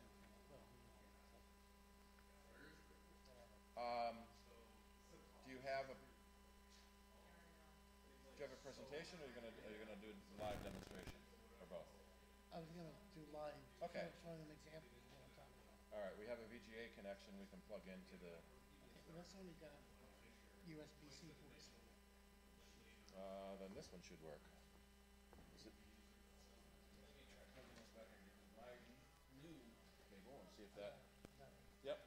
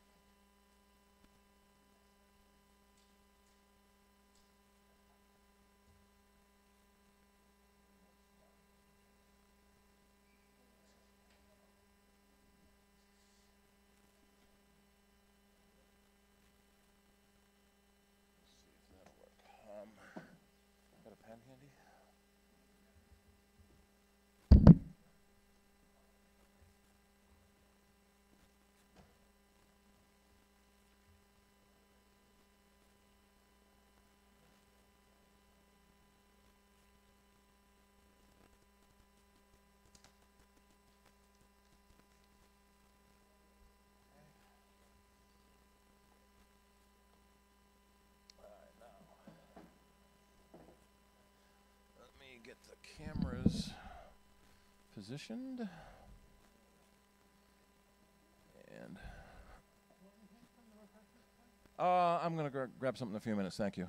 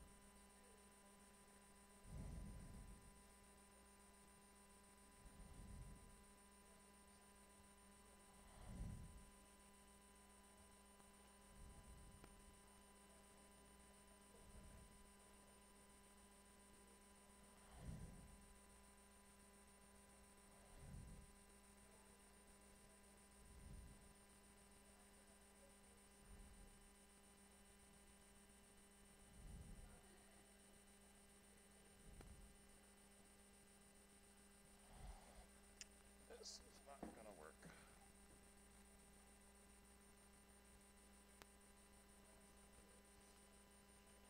Microphone out of the way.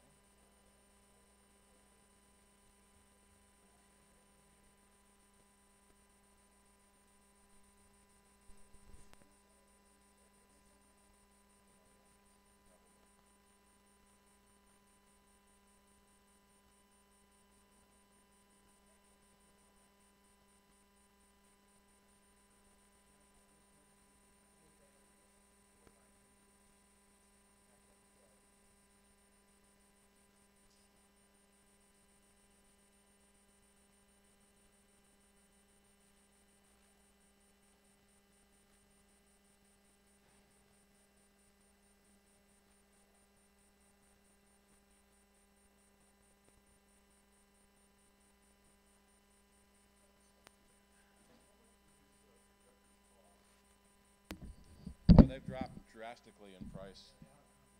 $300–400 for a basic one. Not bad at all. It used to be like 6 or 7 times that. Yeah. Yeah, the last one we bought was $3,500. And God forbid the light bulb goes, but that's another $300. Yep. Right.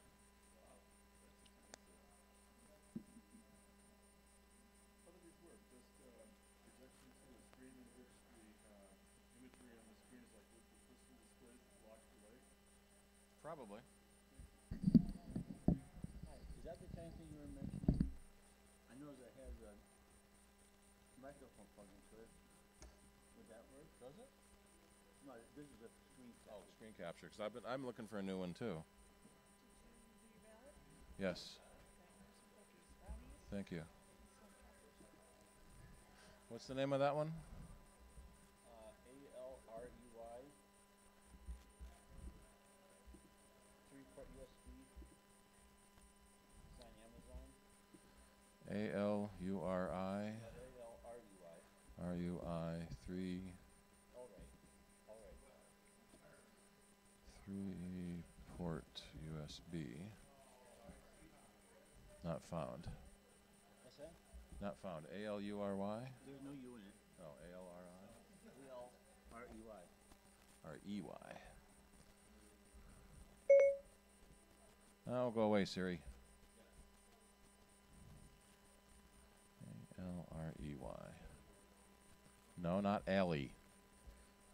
Sorry? My autocorrect jumped in.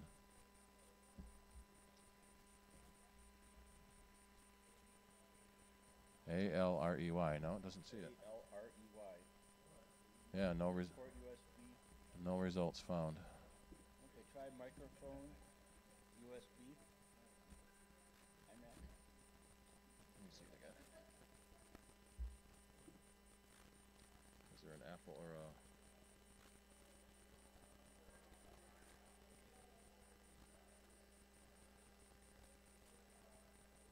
It should find it.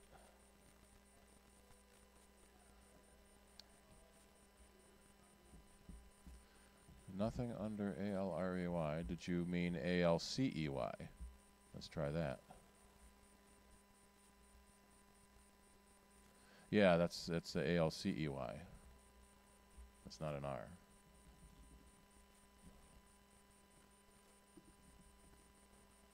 There it is. Because I noticed it had a microphone. Yeah, it's got a mic attachment, yep. And 3 USB ports. And it's ALCY? Yeah, ALCRY. It's ALCEY. ALCY. Cool. Thank you. Yep, thank you. I've been trying to find an all-in-one hub that has everything on it, but no luck yet. I don't want to spend a fortune because I don't have a half-dozen cassettes I want to convert. Everything else I can use copies of. Yeah.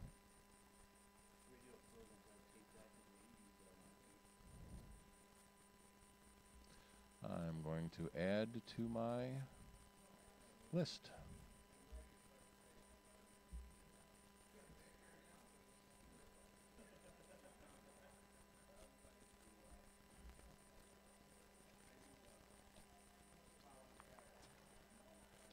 I wonder if I can get my AirPlay server to recognize Chromecast. I've got an AirPlay server. Yeah, but I wonder if Chromecast will recognize it.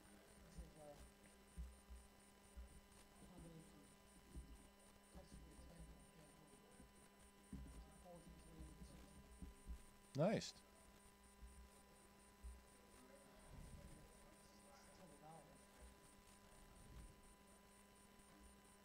Oh, this may work.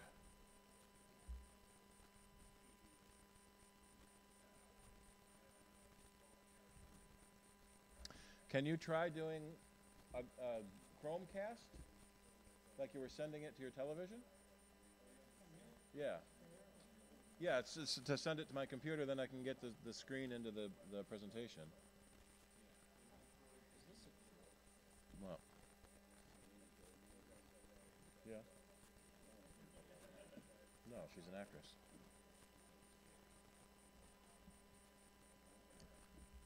It may show up.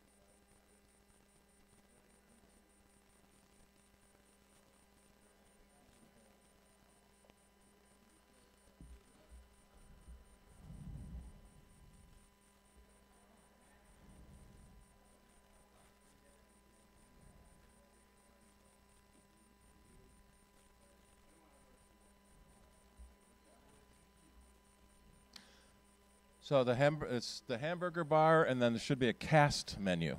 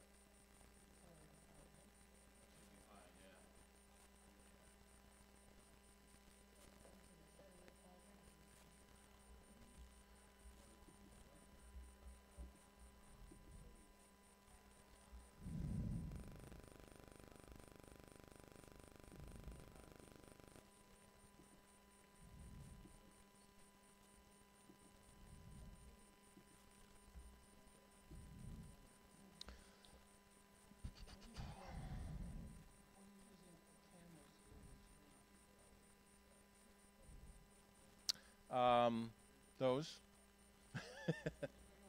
Yeah. That's a Logitech C920, so it's an HD webcam.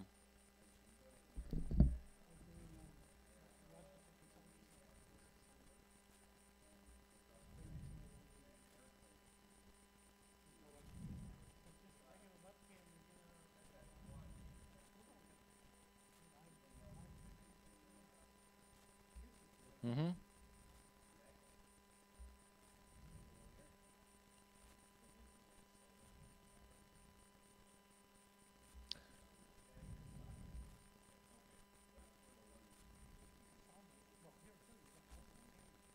Yeah. I'm using an open source program called OBS broadcast, Open Broadcast System, to do the multiple cameras and the YouTube stream. It supports most of the streaming services.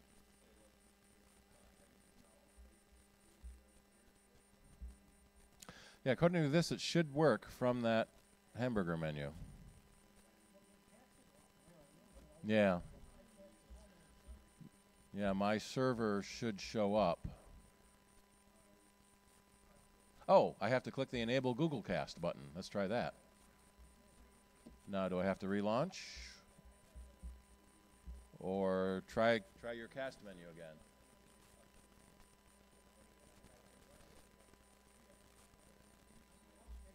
All right. Yeah. All right. So now we don't need that Logitech camera.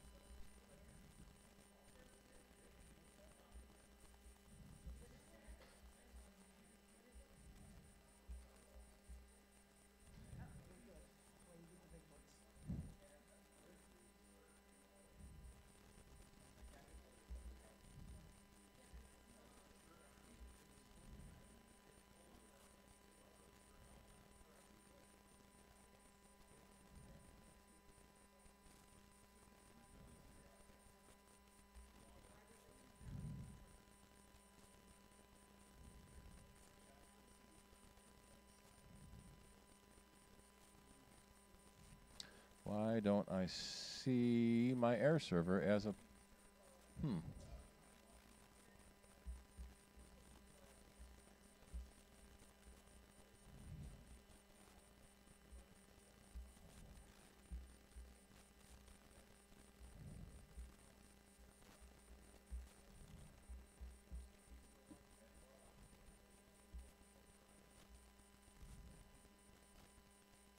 Oh. The window disappeared. I think it might have disconnected.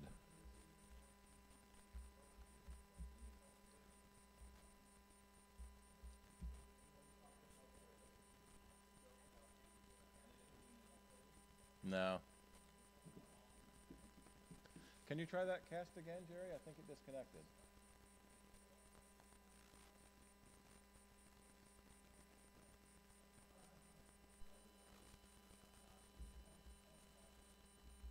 No? You were on and now it's off again.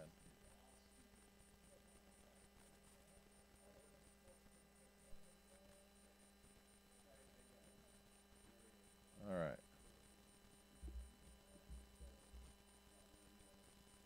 I just got to expand your window to fill the screen.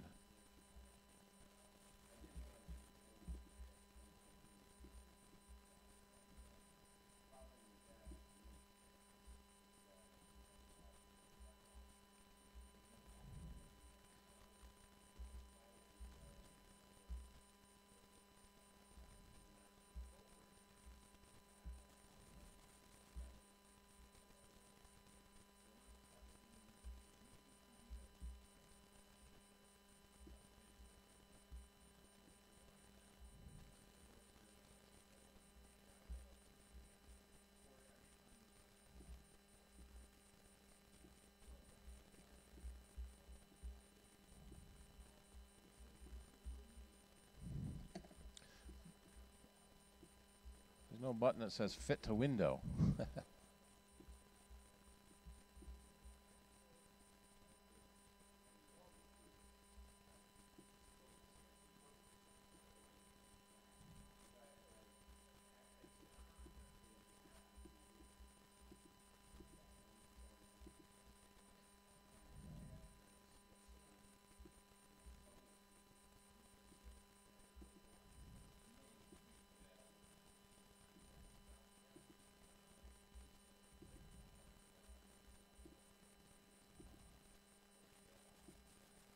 There we are.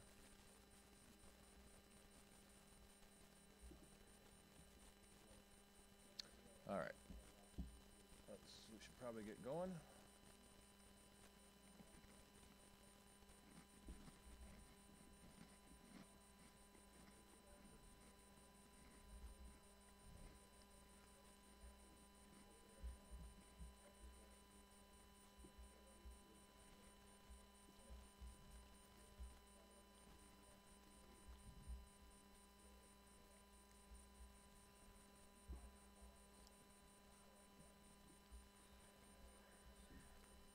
Oh, now I need the projector cable. Now I need the projector cable, not you.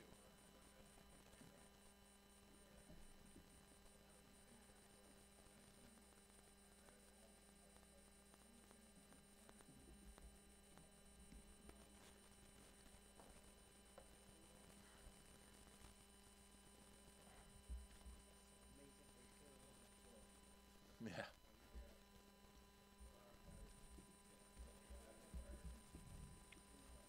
All right, we should probably get everyone back in.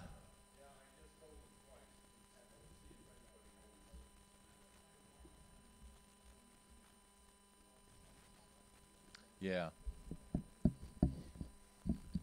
All right, I think we'll get started back again. Do you have a company these days? Do you still have a company name you use these days? Still use CLSS? All right. Rebranding. All righty. Want to introduce them or you want me to? Okay, no. We're going to resume the business. Oh, business meeting first. At 8:55, okay, the results of the balloting are everybody, all candidates were unanimously selected. Yay. So we're back. And we had one joke write-in candidate. I think she won't accept. Now, before we end this business meeting, I think the next thing I need to ask is if there is any old business.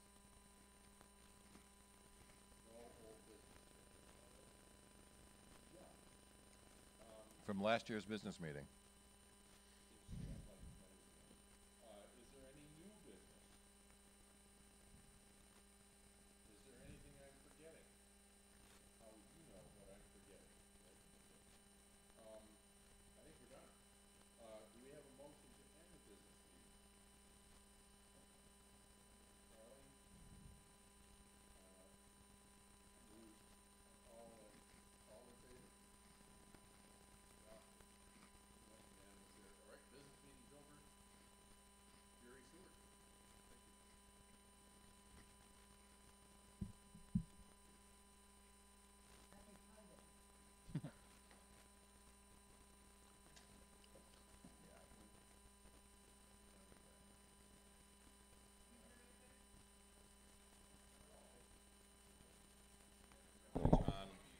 Okay. Can we put it right in front of you? Yeah. Or would that block your screen too much? No. How's that? Better? Okay. Well, of course, Google. I'm a Google evangelist. I've drunk the Kool-Aid. Everything I do is Kool-Aid. Is Google. Google has dozens and dozens and dozens of programs and services that are available for free. And many of us use them every day, but there's often a lot of things that they can do that would just scratch the surface. So I wanted to spend a little bit of time showing you some things that you may not be aware some of these common programs do that you might find helpful and interesting. And then we can answer any questions you have about using any of these programs. I wanted to begin with Google Maps. Google Maps is something that's available on all of our computers and all of our devices, regardless of the operating system that we're using. And I wanted to mention just a few things there. Number one is how many people use the Street View in Google Maps? Well, okay. Did you know you could time travel with Google Maps? Anybody do that? This is a map of Rochester here, and if I can zoom in a little bit, I'll just go to, Yeah, it's still on your email. oh, is it? Well, I'm not there anymore. Maybe I have to, Turn Cast tab from on here? Again? Yeah.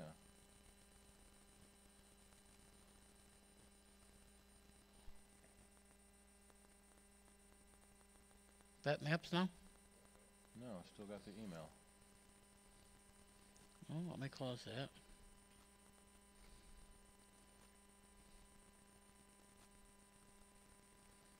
Let me stop casting. Okay, There we are. where? Okay. That's weird. I guess I got to do it one tab at a time. We'll make it work. All right.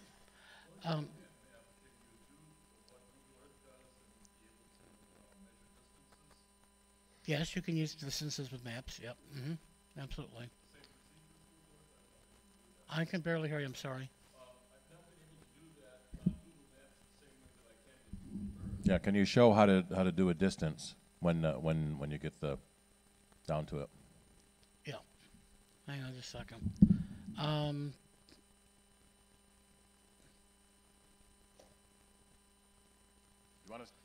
Do you want to save questions to the end or Yeah, as we go please through? send them to the end. All right, Yeah, so we let's can save the go questions through for the this end. Then if we have time, we'll do that.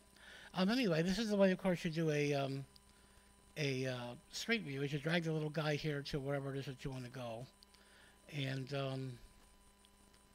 this is not where I want to go. So I want to go up to Main Street.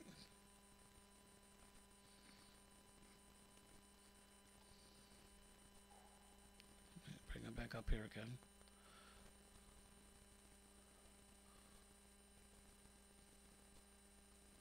Oops.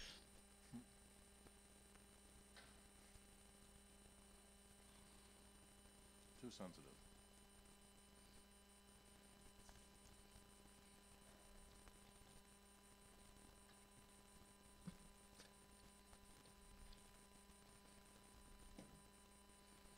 Well, if you see the little clock over here in Street View, if you bring up the clock, you can look at Google through the different years to see how something has changed.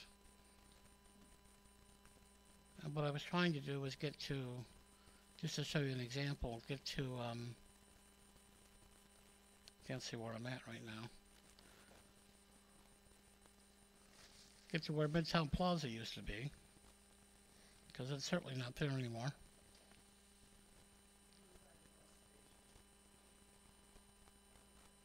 Here's Main and Clinton now. There we go. Yeah, that's where Midtown Plaza used to be. And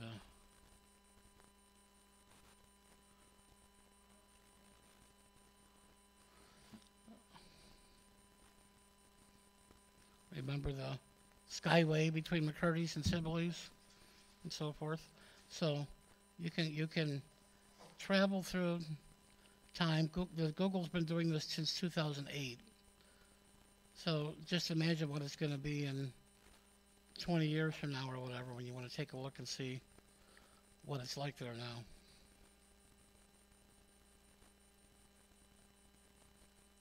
So that's one thing. You can travel through time on the Wayback Machine. This has been available since 2014, but many people didn't realize it was actually there. Okay.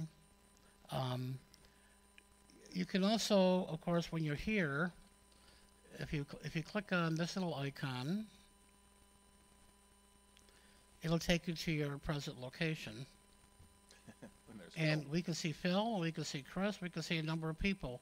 And that's because I have location sharing turned on. It's another thing you can do with Google. These are the people that share their location with me. And I also share them with them. And so we can always see where we are. Now when you can turn on location sharing, you can turn it off. You can pick and choose who you want to share your location with. You can set a time limit that you will do the location sharing, or you can say turn it on until you turn it off for that particular person. But it's quite helpful if you have children you want to watch and see where they are. You can actually watch people travel. You can actually see them if they're driving. We do this a lot because every Wednesday the four of us get together for dinner, and I'm usually the first one to dinner, and I can see, well, Bill's picked up John and he'll be here in about 5 minutes, or Chris is still at work, or wherever. We can see how where people are and how close they are to getting to our location. You also see here that Google is listing for me many places on the map that it sees in my Google Calendar for things that are coming up. So it knows that I have to be at Unity Hospital on March 19th at 4 o'clock in the afternoon.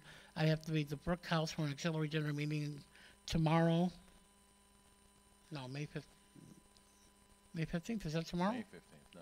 Oh, May March. 15th. For May March, 15th. the other M. Yeah, okay, yeah, that's the other month, anyway, whatever. I mean, as I get closer and closer to some things, they will come up and tell me what those events are. So it'll also look at your calendar to show you where things are. You can also search nearby for things. So if you're at a strange place that you're not familiar with, and you were just interested in nearby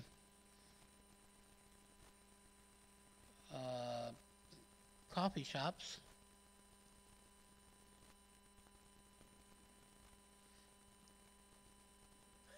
What's a 4-star coffee shop cost?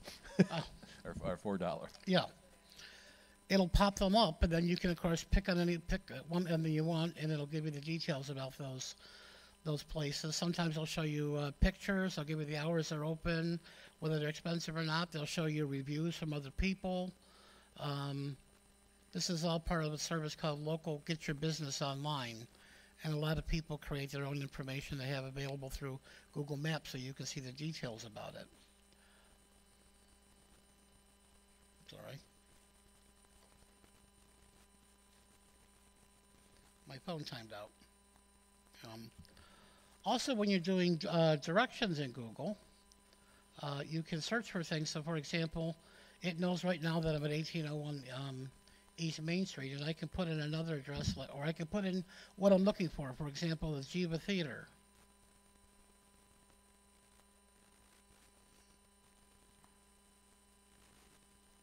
And it'll find that for me. But then I can also do directions here. So I can do it from my location to Jiva.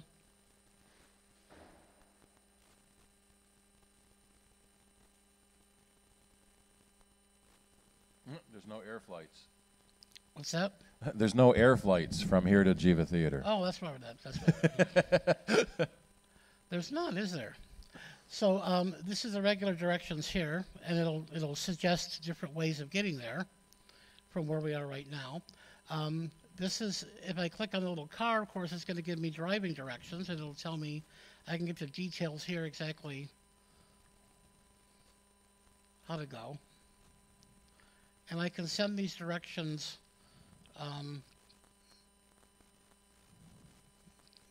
to my phone if I wanted to, send directions to your phone.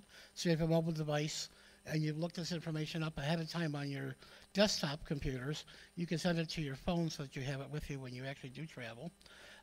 You can look at public transportation, which is quite interesting in a lot of places, because it'll tell you how to go, how to get there. It'll say, you need to walk 3 blocks this way to catch the bus, and then you take this bus number to such and such a place, and then you walk 2 blocks to wherever you're going. It'll give you all those details.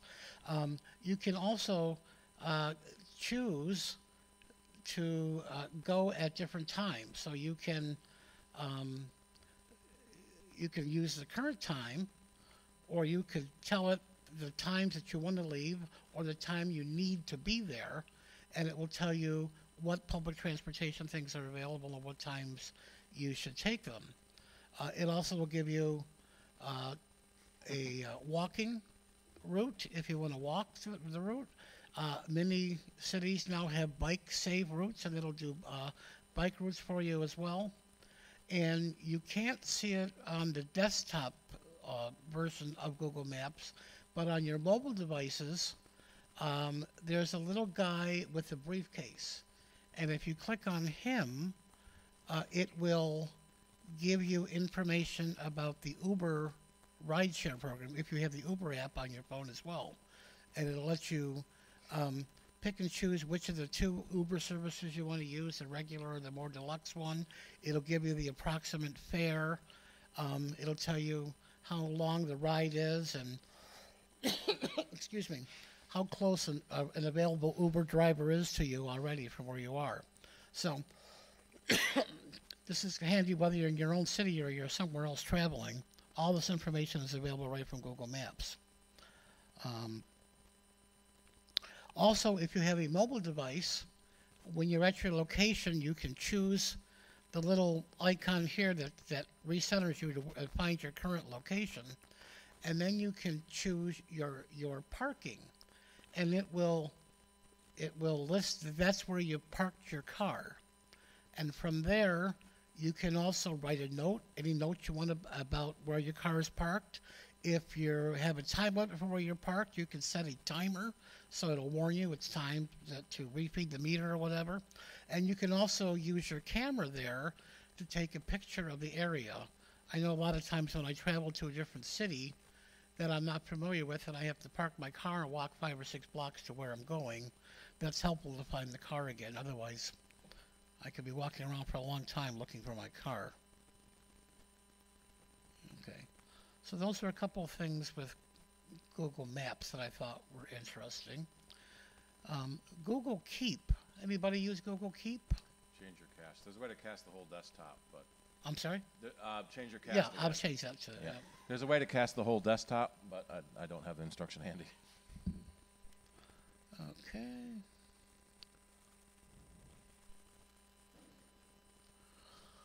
Google Keep is a note-taking program similar to Evernote or Microsoft's OneNote or so forth. It's a simple interface, but it does a lot of things that are, I think, quite useful. Number one is just listing all your notes.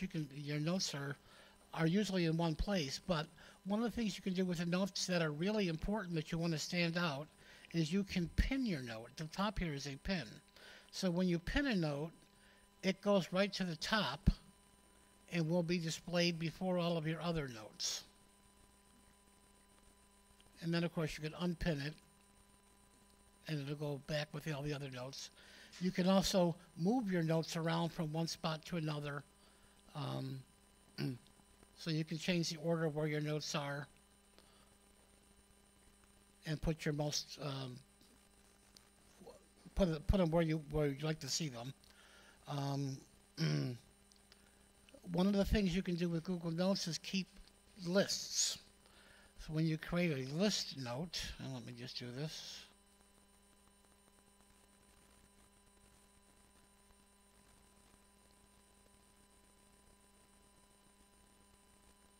Where'd it go?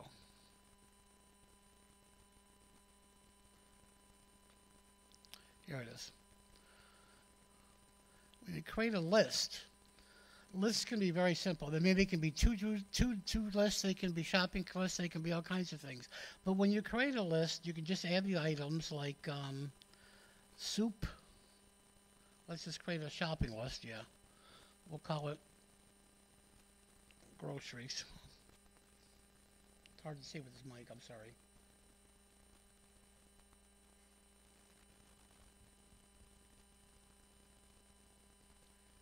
If you start adding items, let's say soup, and then bread,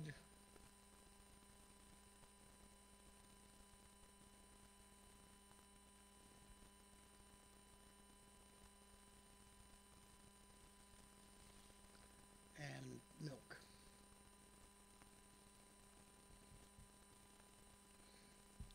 Well, you can do very interesting things with this particular list. Number one is, of course, as you go through the things on your list, you can check them off. Let me say it's done. I'll bring up the list again. And you can just start checking it off. So I've got the soup, and it moved it to the bottom. And I got the milk, and it's moved it to the bottom. That's neat. Then I can uncheck it again. So that's one thing. You can share this list with somebody else. And as they check things off the list, you'll see it checked on your list as well. So, if you're going shopping and you're creating a shopping list and you and your wife both have the shopping list together that you share, whoever goes to the grocery store first or whoever can get what they want and check it off the list so the other one will know that that's been done. Jerry, Yes. is it bad that certificate thing is showing? What's that? Your certificate text box in there, is that bad to be showing? The center box with the certificate request. Oh, this? Yeah. What about it? Is it bad to be showing that on the screen and on the stream? No, not at all. Okay. Not at all. Nobody can do anything with that. Thank you. Nobody can do anything with that. The other thing you can do with any note, but in particularly with TUDIS that I find this exciting, are reminders. And you can be reminded not only at certain times about this note will come back to you as a reminder about something, but you can also be reminded by a place. So you have to allow Google, of course, to know where you are, but I can choose a location. So I can say Wegmans,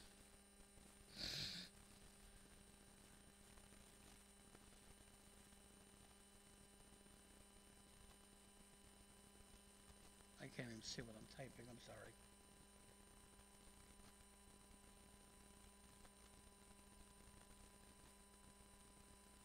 And it knows several locations or whatever. So I'll say Wegmans at Pittsburgh Plaza and say this. Now when I get close to Wegmans in Pittsburgh Plaza, this note is going to pop up to remind me on my phone or whatever device I have with me about this particular list. So you can be reminded of your notes not only by particular times, but also by the location where you happen to be. So when I get to Pittsburgh Plaza, this note would pop up to remind me these are the things I'm supposed to buy. I'm sorry? Would you get an audio alert? If you have the notification turned on your device, yes.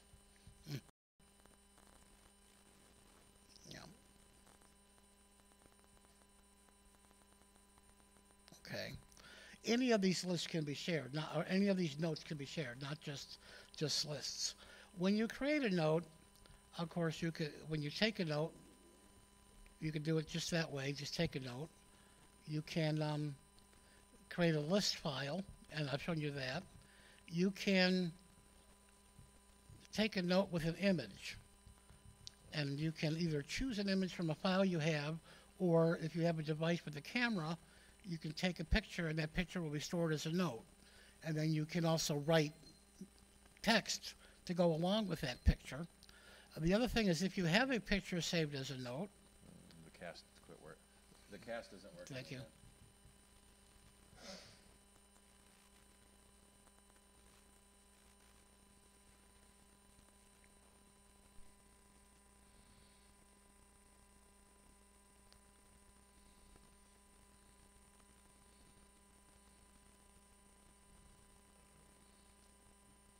Think.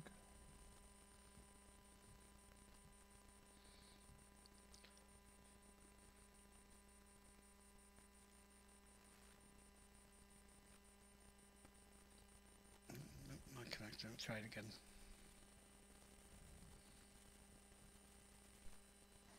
There we are.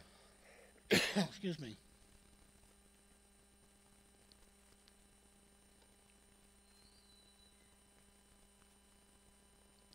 If you open a note that has a photo in it, if you click on the photo again, you then also have a markup tool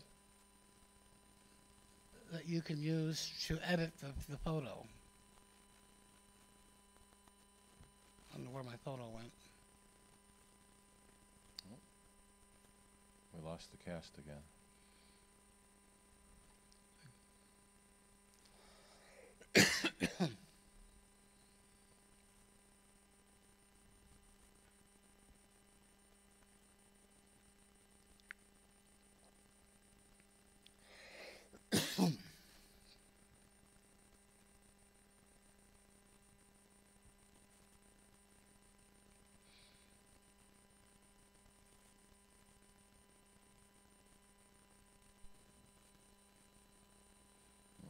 Okay, back again. Yep.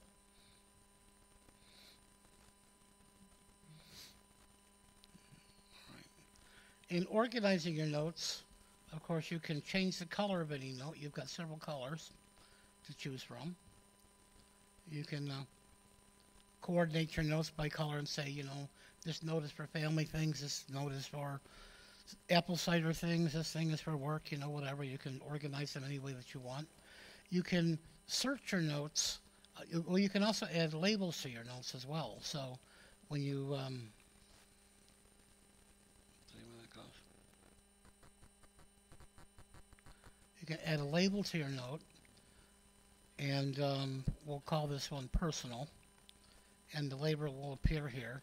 You'll also see that it'll also say Wegmans here too to tell me that that's the location that it's at. But you can apply labels to all of your notes, and then you can search your notes by labels. You can search your note by color. When you click on search, you actually have several choices. You can actually type in words that you're looking for, and it'll find the notes that have those words. But you can search by the reminders that you have, just the lists, just images or URLs. You can search by particular labels that you might have. You can search for things that are in your list. You can search for notes of certain colors. There's a variety of ways of searching for your notes to find exactly what you want. Google Keep is very quick. It's very easy to use. They're really good for smaller notes, not for long, complicated things, but they're a very useful tool to have, and they're available synced with all of your other Google accounts, no matter what device that you're using. Let's take a look at Google Translate. Does anybody use the Translate version at Google?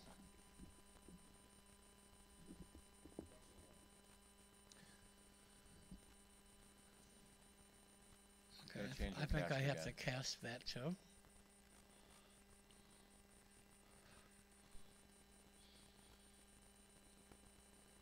Okay. Google Translate service is free, and it will translate dozens and I think it's about 80 languages now that it translates to and from.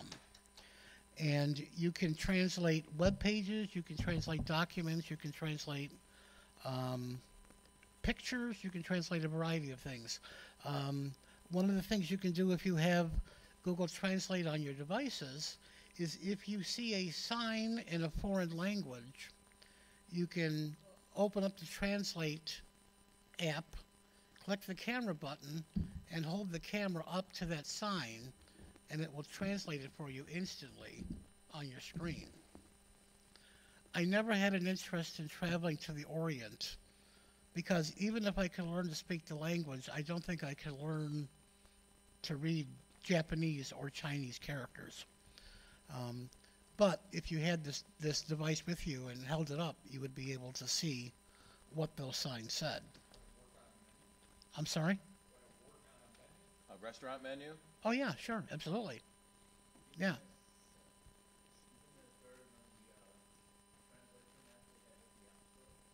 What was the question? Is it better than other translation apps? I think it's similar. I mean, Bing has a translation app. There's a couple others. I mean, they're all pretty good. And they're getting better all the time. One of the things that all the apps have is a way of trying to improve it. So, for example, if I type, I want to translate from English to this Happy Halloween. Whoops, what's going on here?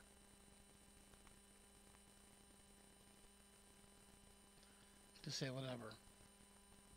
Beware of dog. And I want to translate that to, right now it's translating it to Chinese. One of the things here is it says to suggest and edit. So if you're a Chinese speaker and don't think that that's a good translation, you can suggest it to them, another one. And the experts at Google will take a look at it and improve the product. Remember, Google is used worldwide, and they're constantly collecting everything that everybody does. So they're always improving with their own artificial intelligence how these things are translated. So it's getting better and better and better all the time. Once you've got the translation, if you choose, let's just choose a different language here, for example, we'll put it in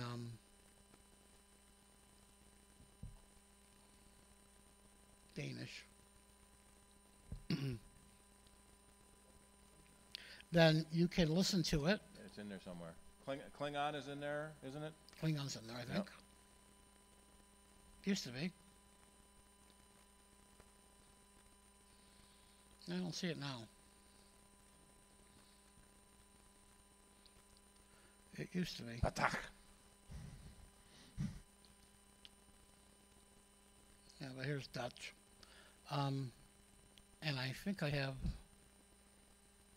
Oh, not sure if you can hear it.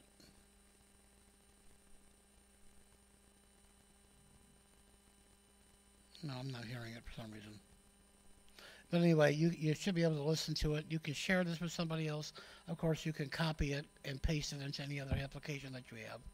And Google Translate is built into all the other Google suite of products. So if you're reading a message in Gmail and the message is in another language, it'll automatically translate it for you. Or if you're writing to somebody else, you can write your message in English and send it in email in the other language to the other person. You get an email message from somebody, you can forward it, automatically translating into other languages. You can also tell Google in Gmail, once you start getting messages in a particular language and you translate it, you can tell it to always translate messages that way to you. So if you get a message from somebody in Spanish, you can say, any more messages I get in Google in Spanish, automatically translate it for me. And it's pretty close. Google Translation understands a lot of idioms. We use thousands of idioms in our language all the time, and most people do, without knowing it. When you translate from one language to another, you don't translate word for word for word, especially when they're idioms. For example, in English, if we say we're going window shopping, that usually doesn't mean we're shopping for windows. Okay? So in French, if you were to say window shopping, I'll show you this.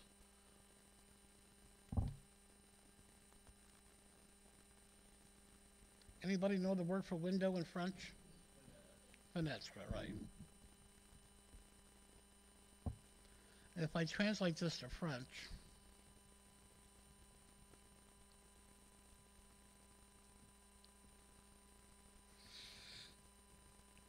it says "les vitrines."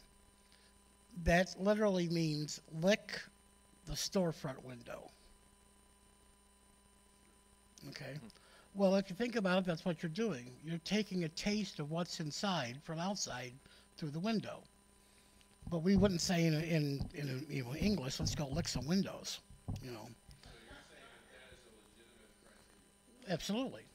As is window shopping is a legitimate English idiom. I mean, it translates idioms, not just word for word. So it does a good job of translating from one language to another. Do shopping for windows and see how it translates differently.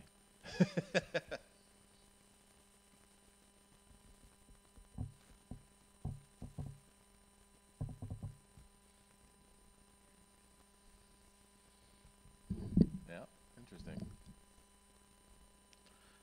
Oh, well, that's weird because that shop, they're using shop here as a noun, the shop, instead of the verb to shop. So if I said, perhaps,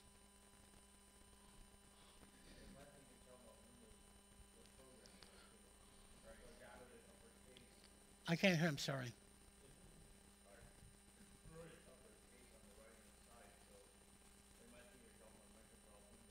Yeah, it may think you mean Microsoft Windows, not a window. Oh, right. Yeah, I don't know. Try shopping instead of let's shop.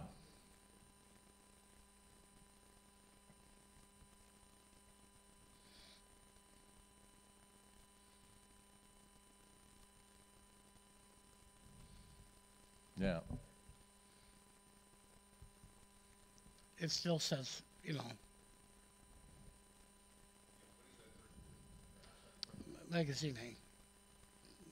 It means to go to a shop. Yeah, so you're going to A a shop. magazine is a store. A magazine is to shop at a store. But at least it has Windows as in a window, not Windows Yeah. as in Microsoft. Right.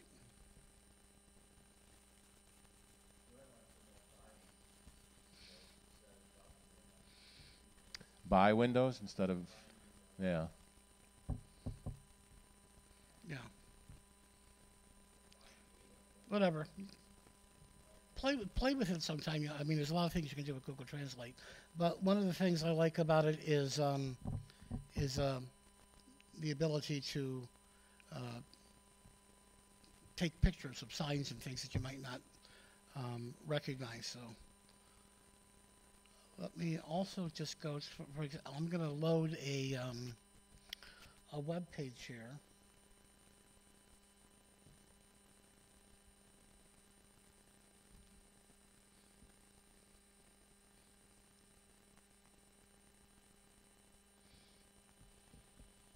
I don't think you're typing anymore. Yeah, I'm typing, but it may not be going here.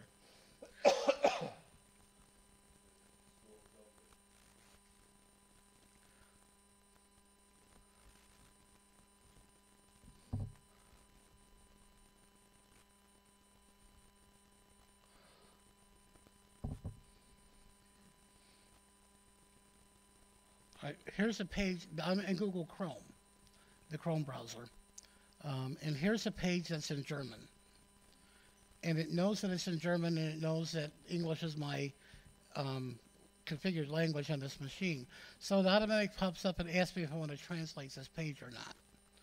And I can say yes, or I can say never translate German, or never translate for just this particular site. But if I do say translate, it'll change the page to have English words, and I can always go back to show the original as well.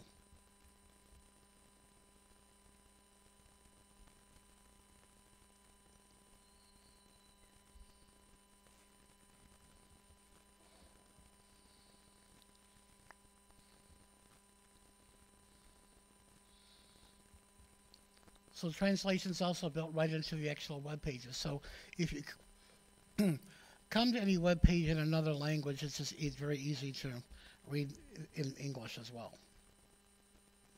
Okay. How many people use Gmail as their mail program? A lot of people? Good. All right.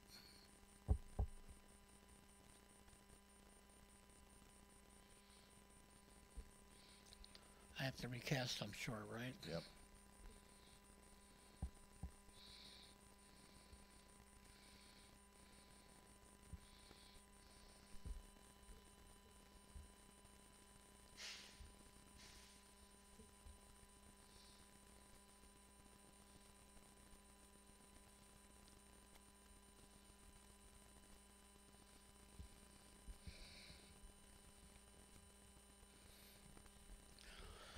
Okay, this is one of my email accounts that I have, and Google's Gmail also has a number of shortcuts that you could use from the keyboard if you have shortcuts turned on.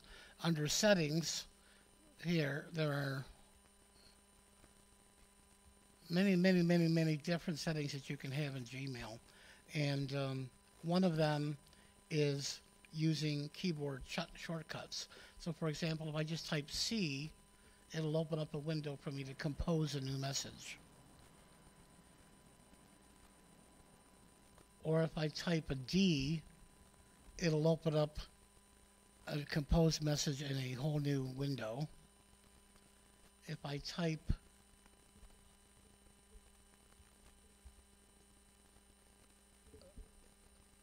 excuse me.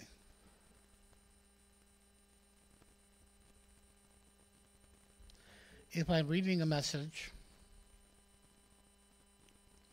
I can hit R to reply, or I can hit F to forward. There's a whole bunch of keyboard shortcuts that you can use. So if you're on a more of a desktop than a tablet or a mobile device, your fingers are on the keyboard a lot doing things, and I find it easier to use the keyboard shortcuts.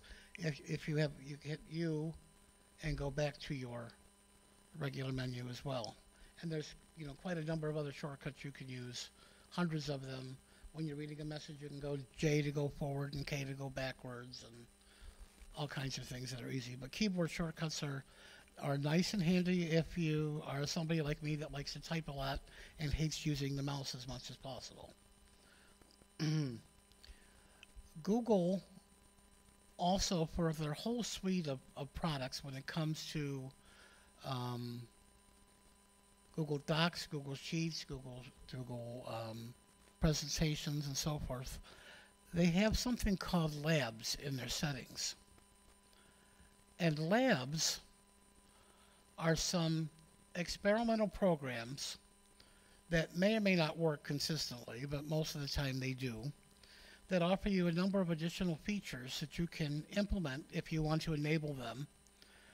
And many of the programs and services and the abilities of Gmail started out as a lab. In fact, Gmail itself was a lab. Gmail started in 2004 by a Google engineer. Google has a program for all of their employees called 20%. They give their employees 20% of their work time to do whatever they want. It's to experiment and do things. It's got to be Google related, but you can do whatever you want. So you can take 1/5 of your work time and just play and try to do new things and invent new things. And that's how Gmail itself came about. But one of the services that are available, one of the labs that's available in Google Labs is something called canned responses. Now you're lucky in the Macintosh world, you've got something called Text Expander, where you can write snippets of whatever you want and then easily just use them over and over again in a variety of different applications. But that's not true in the rest of the world. So if one thing you can do with canned responses is if you are reading a message and you want to reply to it with a canned response, when you go to reply, down here in the More menu, one of the choices you have is a canned response.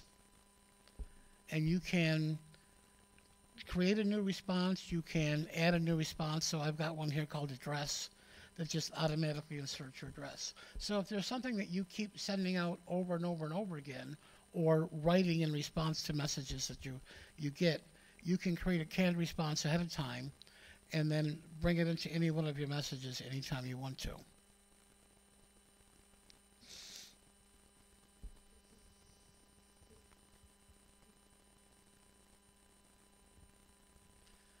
Something that you have in the Mac world on your iOS devices that nobody else has is an undo button. When you go to send an email message, it usually goes out right away. But you have the ability at the bottom of your screens on your iOS devices to undo sending that message. You know, sometimes you write the message and you hit send and then you see it's going to the wrong person. Maybe you replied to all instead of just one person, or you see that you've misspelled something or whatever and you'd like to get it back. You have a few seconds to do that. And on every other device and on the web, using any browser when you have Google, one of the settings that you can do is to undo messages. You can enable undo send, and then you can set the number of seconds that you have to undo sending that message. So if I'm reading this message and I reply and hit send, up here I now have a chance to undo it. How many people wish they had an undo I sent that message? Now, yes, you can't call a message back after it's already been sent. But with undo, you do have the ability to do that. However, there's another program called SnapMail, and the web address is snapmail.co. It's an extension you can get for Chrome. Excuse me.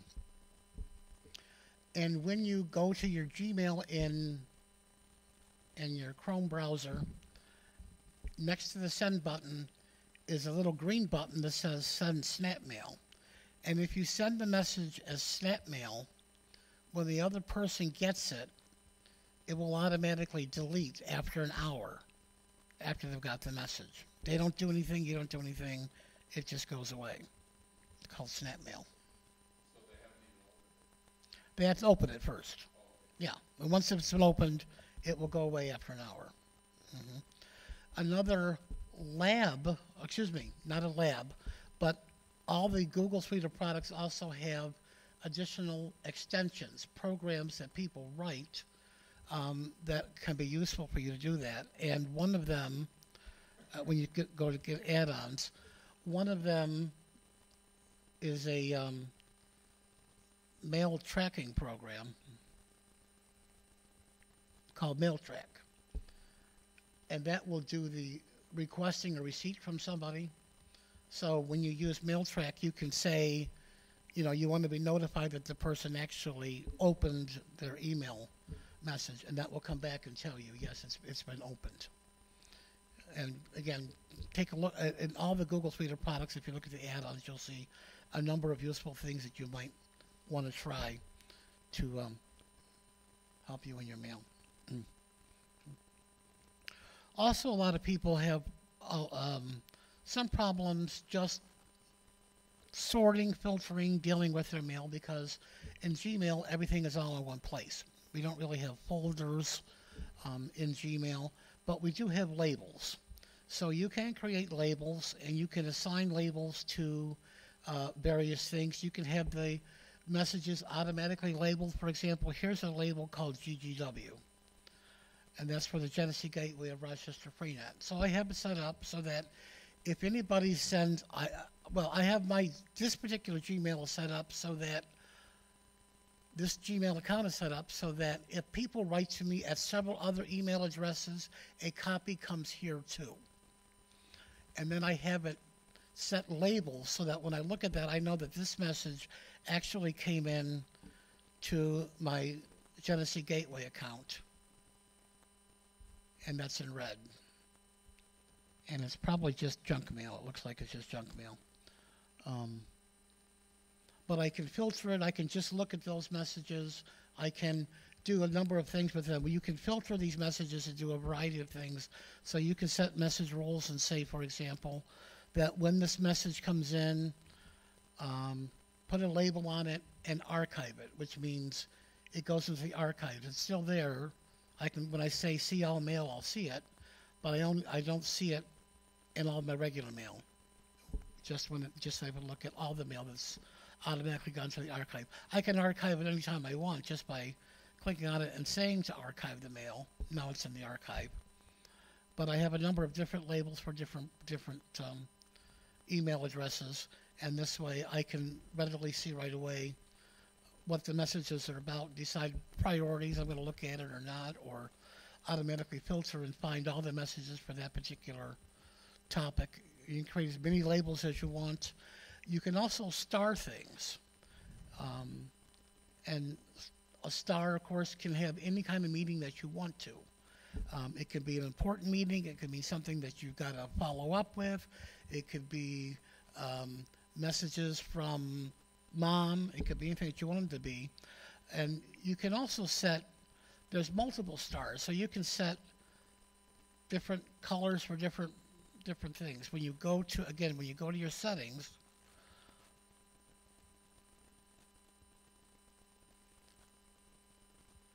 here's all the different stars that you can use.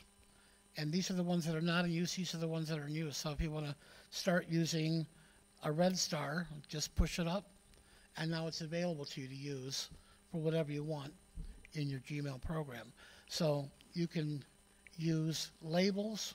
You can use,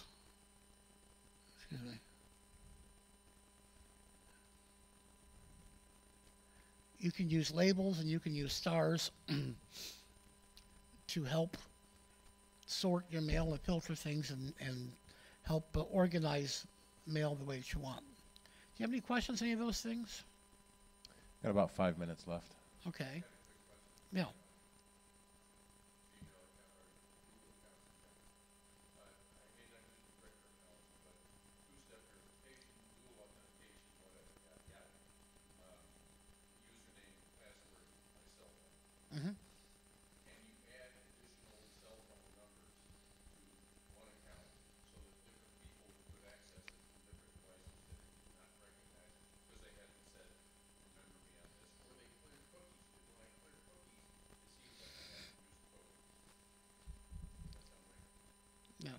No, I don't think so. With two-step verification, you give it one number to call when one device, and you can.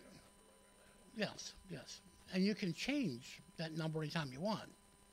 So if you want to, you can go into your Google account settings under security, under two-step verification. You can say use this phone number now instead of that phone number or whatever. But you can't say use this phone number or this number or that one.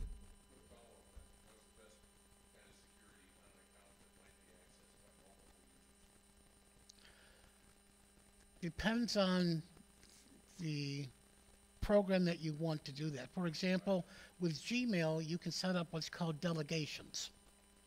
And then you can allow other people to have access. So a lot of times in business, somebody may allow their secretary to access their mail and also to be able to send out messages under their name. And they don't get your password. They can't change your password, but they can log into your account with the password that they've chosen to access your mail to either read and or reply or send new messages out that way. So you can set delegations for the Google suite of products to other people who don't have to know your regular password ever. And you can revoke that at any time too. So, but again, you do give them permission to create new documents under your name, to delete things, whatever. The only thing they can't do is delegate it to other people, and they can't change the master password that you've set up to do that. Any questions? Every single one of these Google products you could do a 3-hour presentation on all of them. So play with them. There's a lot you can do behind the scenes. The other thing is Google has another service that's free called YouTube. We all know about it. All these are being broadcast live on YouTube right now and are archived forever. But YouTube has thousands of very short videos on all of these different products and services. And the other thing about Google is it's always evolving. It's always changing. There's always new things you can do with it. So you can also subscribe to Google's newsletters on these products so that when they do have new features that come out, you can be made aware of them.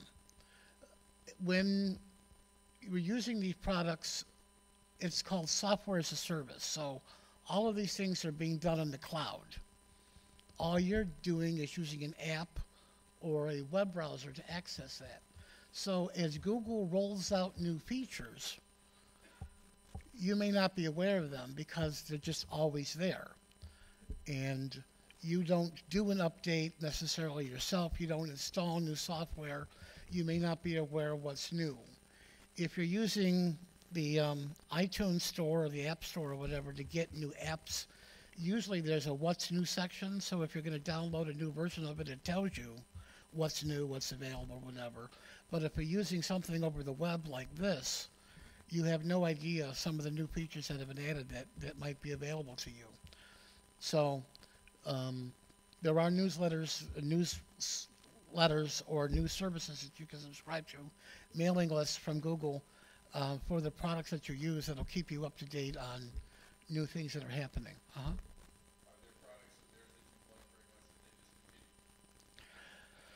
Yes, there's many products that have discontinued, and that's one thing about using a free service is that, it's only there as long as it's there.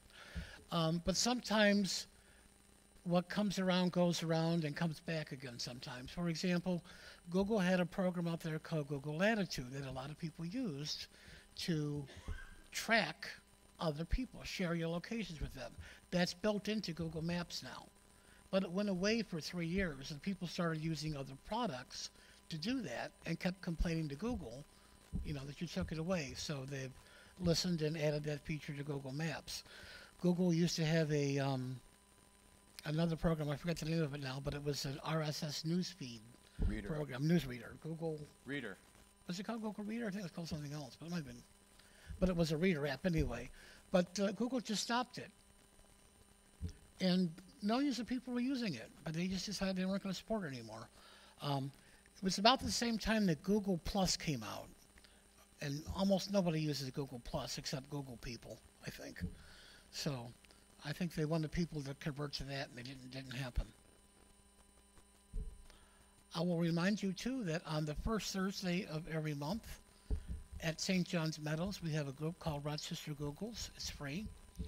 7 o'clock, first Thursday of every month. So if you have Google questions or want to know more about using any Google products, it's a good group to go to. Anything else?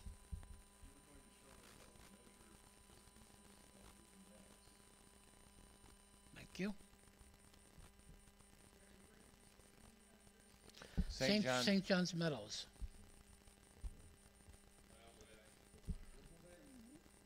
Yeah. We usually announce it on sound bites too. What is, I think it's this thing that's doing it for me.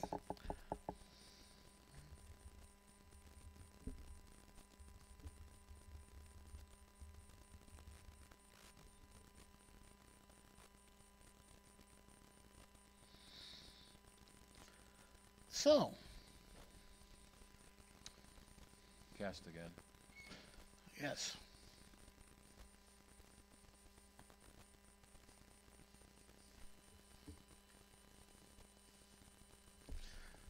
I'm not picking on you, but there's a website out there called Let Me Google That For You. Have you heard of it? Okay. It's an acronym. If you take the first letter of that phrase, let me Google that for you, so it's LMGF, whatever, you know. Let me Google that for you. You come to a website that looks like the Google search engine, and you type in the Google search term, and it gives you a URL, which you can give to somebody else. And when they use that URL, it takes them to a page that looks like a Google search. It types in the search term one at a time, and then it says, now, was that so difficult? And then it shows you the Google page. So I just went to Google and said,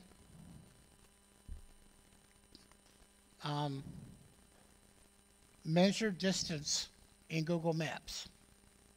And it gave me a number of links on how to do that. So it says click on your starting point, right-click on your starting point, choose measure distance, click anywhere in the map to create a path to measure. To add another point, click anywhere else in the map or whatever you can, or drag up. At the bottom, you'll see the total distance in miles or kilometers. Okay. Were you looking for distance like within the city itself or whatever? Because it'll do that too. Yeah. You right-click on the starting point, go to the end point, then say measure that distance, and it'll do that. Yeah, it's different in Google Earth than it is in Google Maps. Yeah, for sure. Mm-hmm. Oh, sorry? It's yeah, the distance is exactly as you click. So it draws a straight line. So if you want a curved line, you'd have to click several different points. Yeah, but if you put in like either the driving directions or the walking directions or biking, whatever, I mean, it'll tell you what the distance is and how many minutes that'll be. And if you're driving, it'll actually, take into account traffic that's going on at the time or whatever, and give you an estimate on that.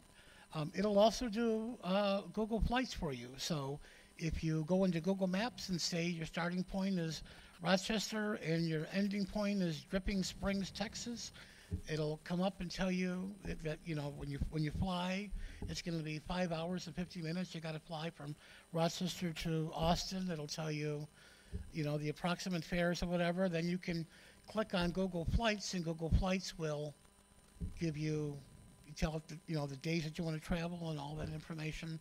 It'll let you compare fares and even book the flights right from there. You can actually set up Google Maps to do driving or flying internationally. So you can say that you want to drive from Rochester to Marseille, France, and it will get you to New York or Boston or whatever, and then tell you get on a boat, Yep. take your car, and then when you get to wherever, you know, drive the rest of the way. I just created a closed loop in the map, and it gave me the area in addition to the perimeter. Oh, really? Yeah. And and also when you're doing your directions and driving so forth, you can add multiple points along the way. It's not just from one place to another.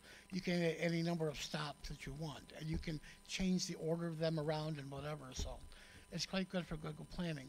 I use the Street View a lot when I'm traveling to another city, because when you're driving in a place you're not familiar with, or with which you're not familiar, it is sometimes difficult to see the street signs.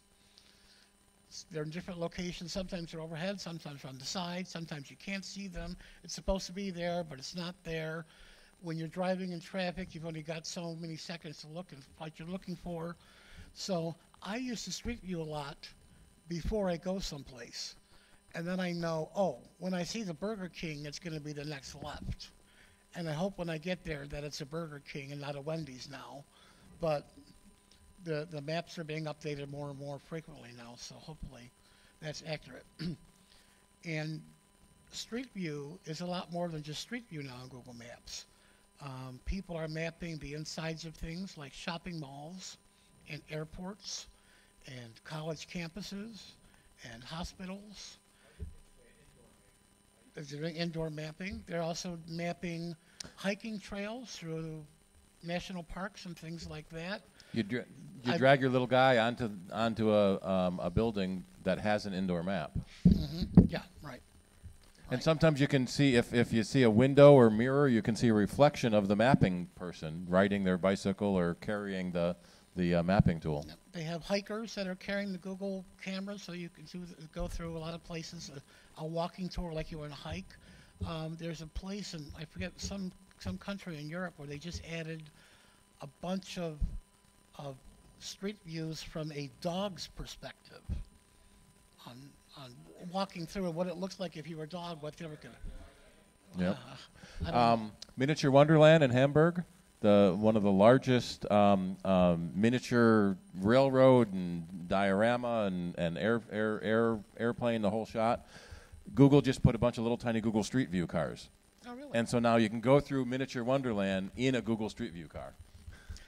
There's also another company out of Europe, somewhere in the Scandinavian countries, Sweden or Norway, it's called Here.com. And Here.com is doing mapping around the world like Google does. And I saw their cars in Rochester a couple months ago with their cameras on top of it. In Hamburg-Speicherstadt steht seit 10 Jahren die größte Mute, sorry. Yeah, it's good. Yep. So Here.com is another one. They've been mapping Rochester with their cars as well. So. All righty. Well, thank you very much, Jerry.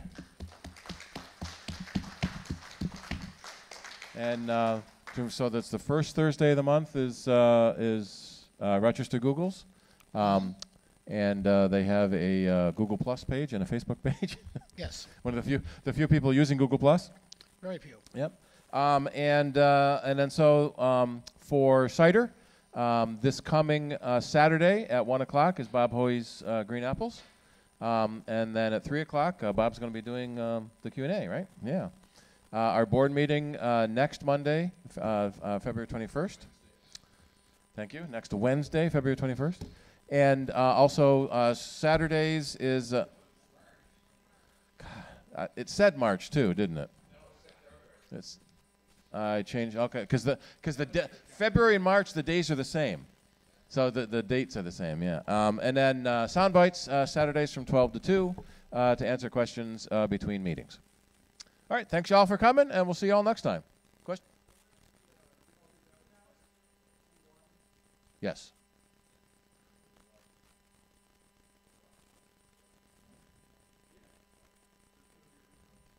We want to go in as a non...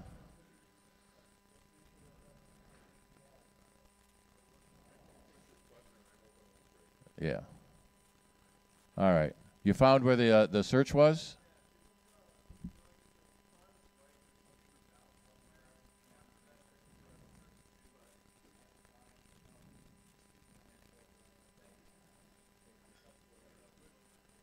Yeah, I don't see it.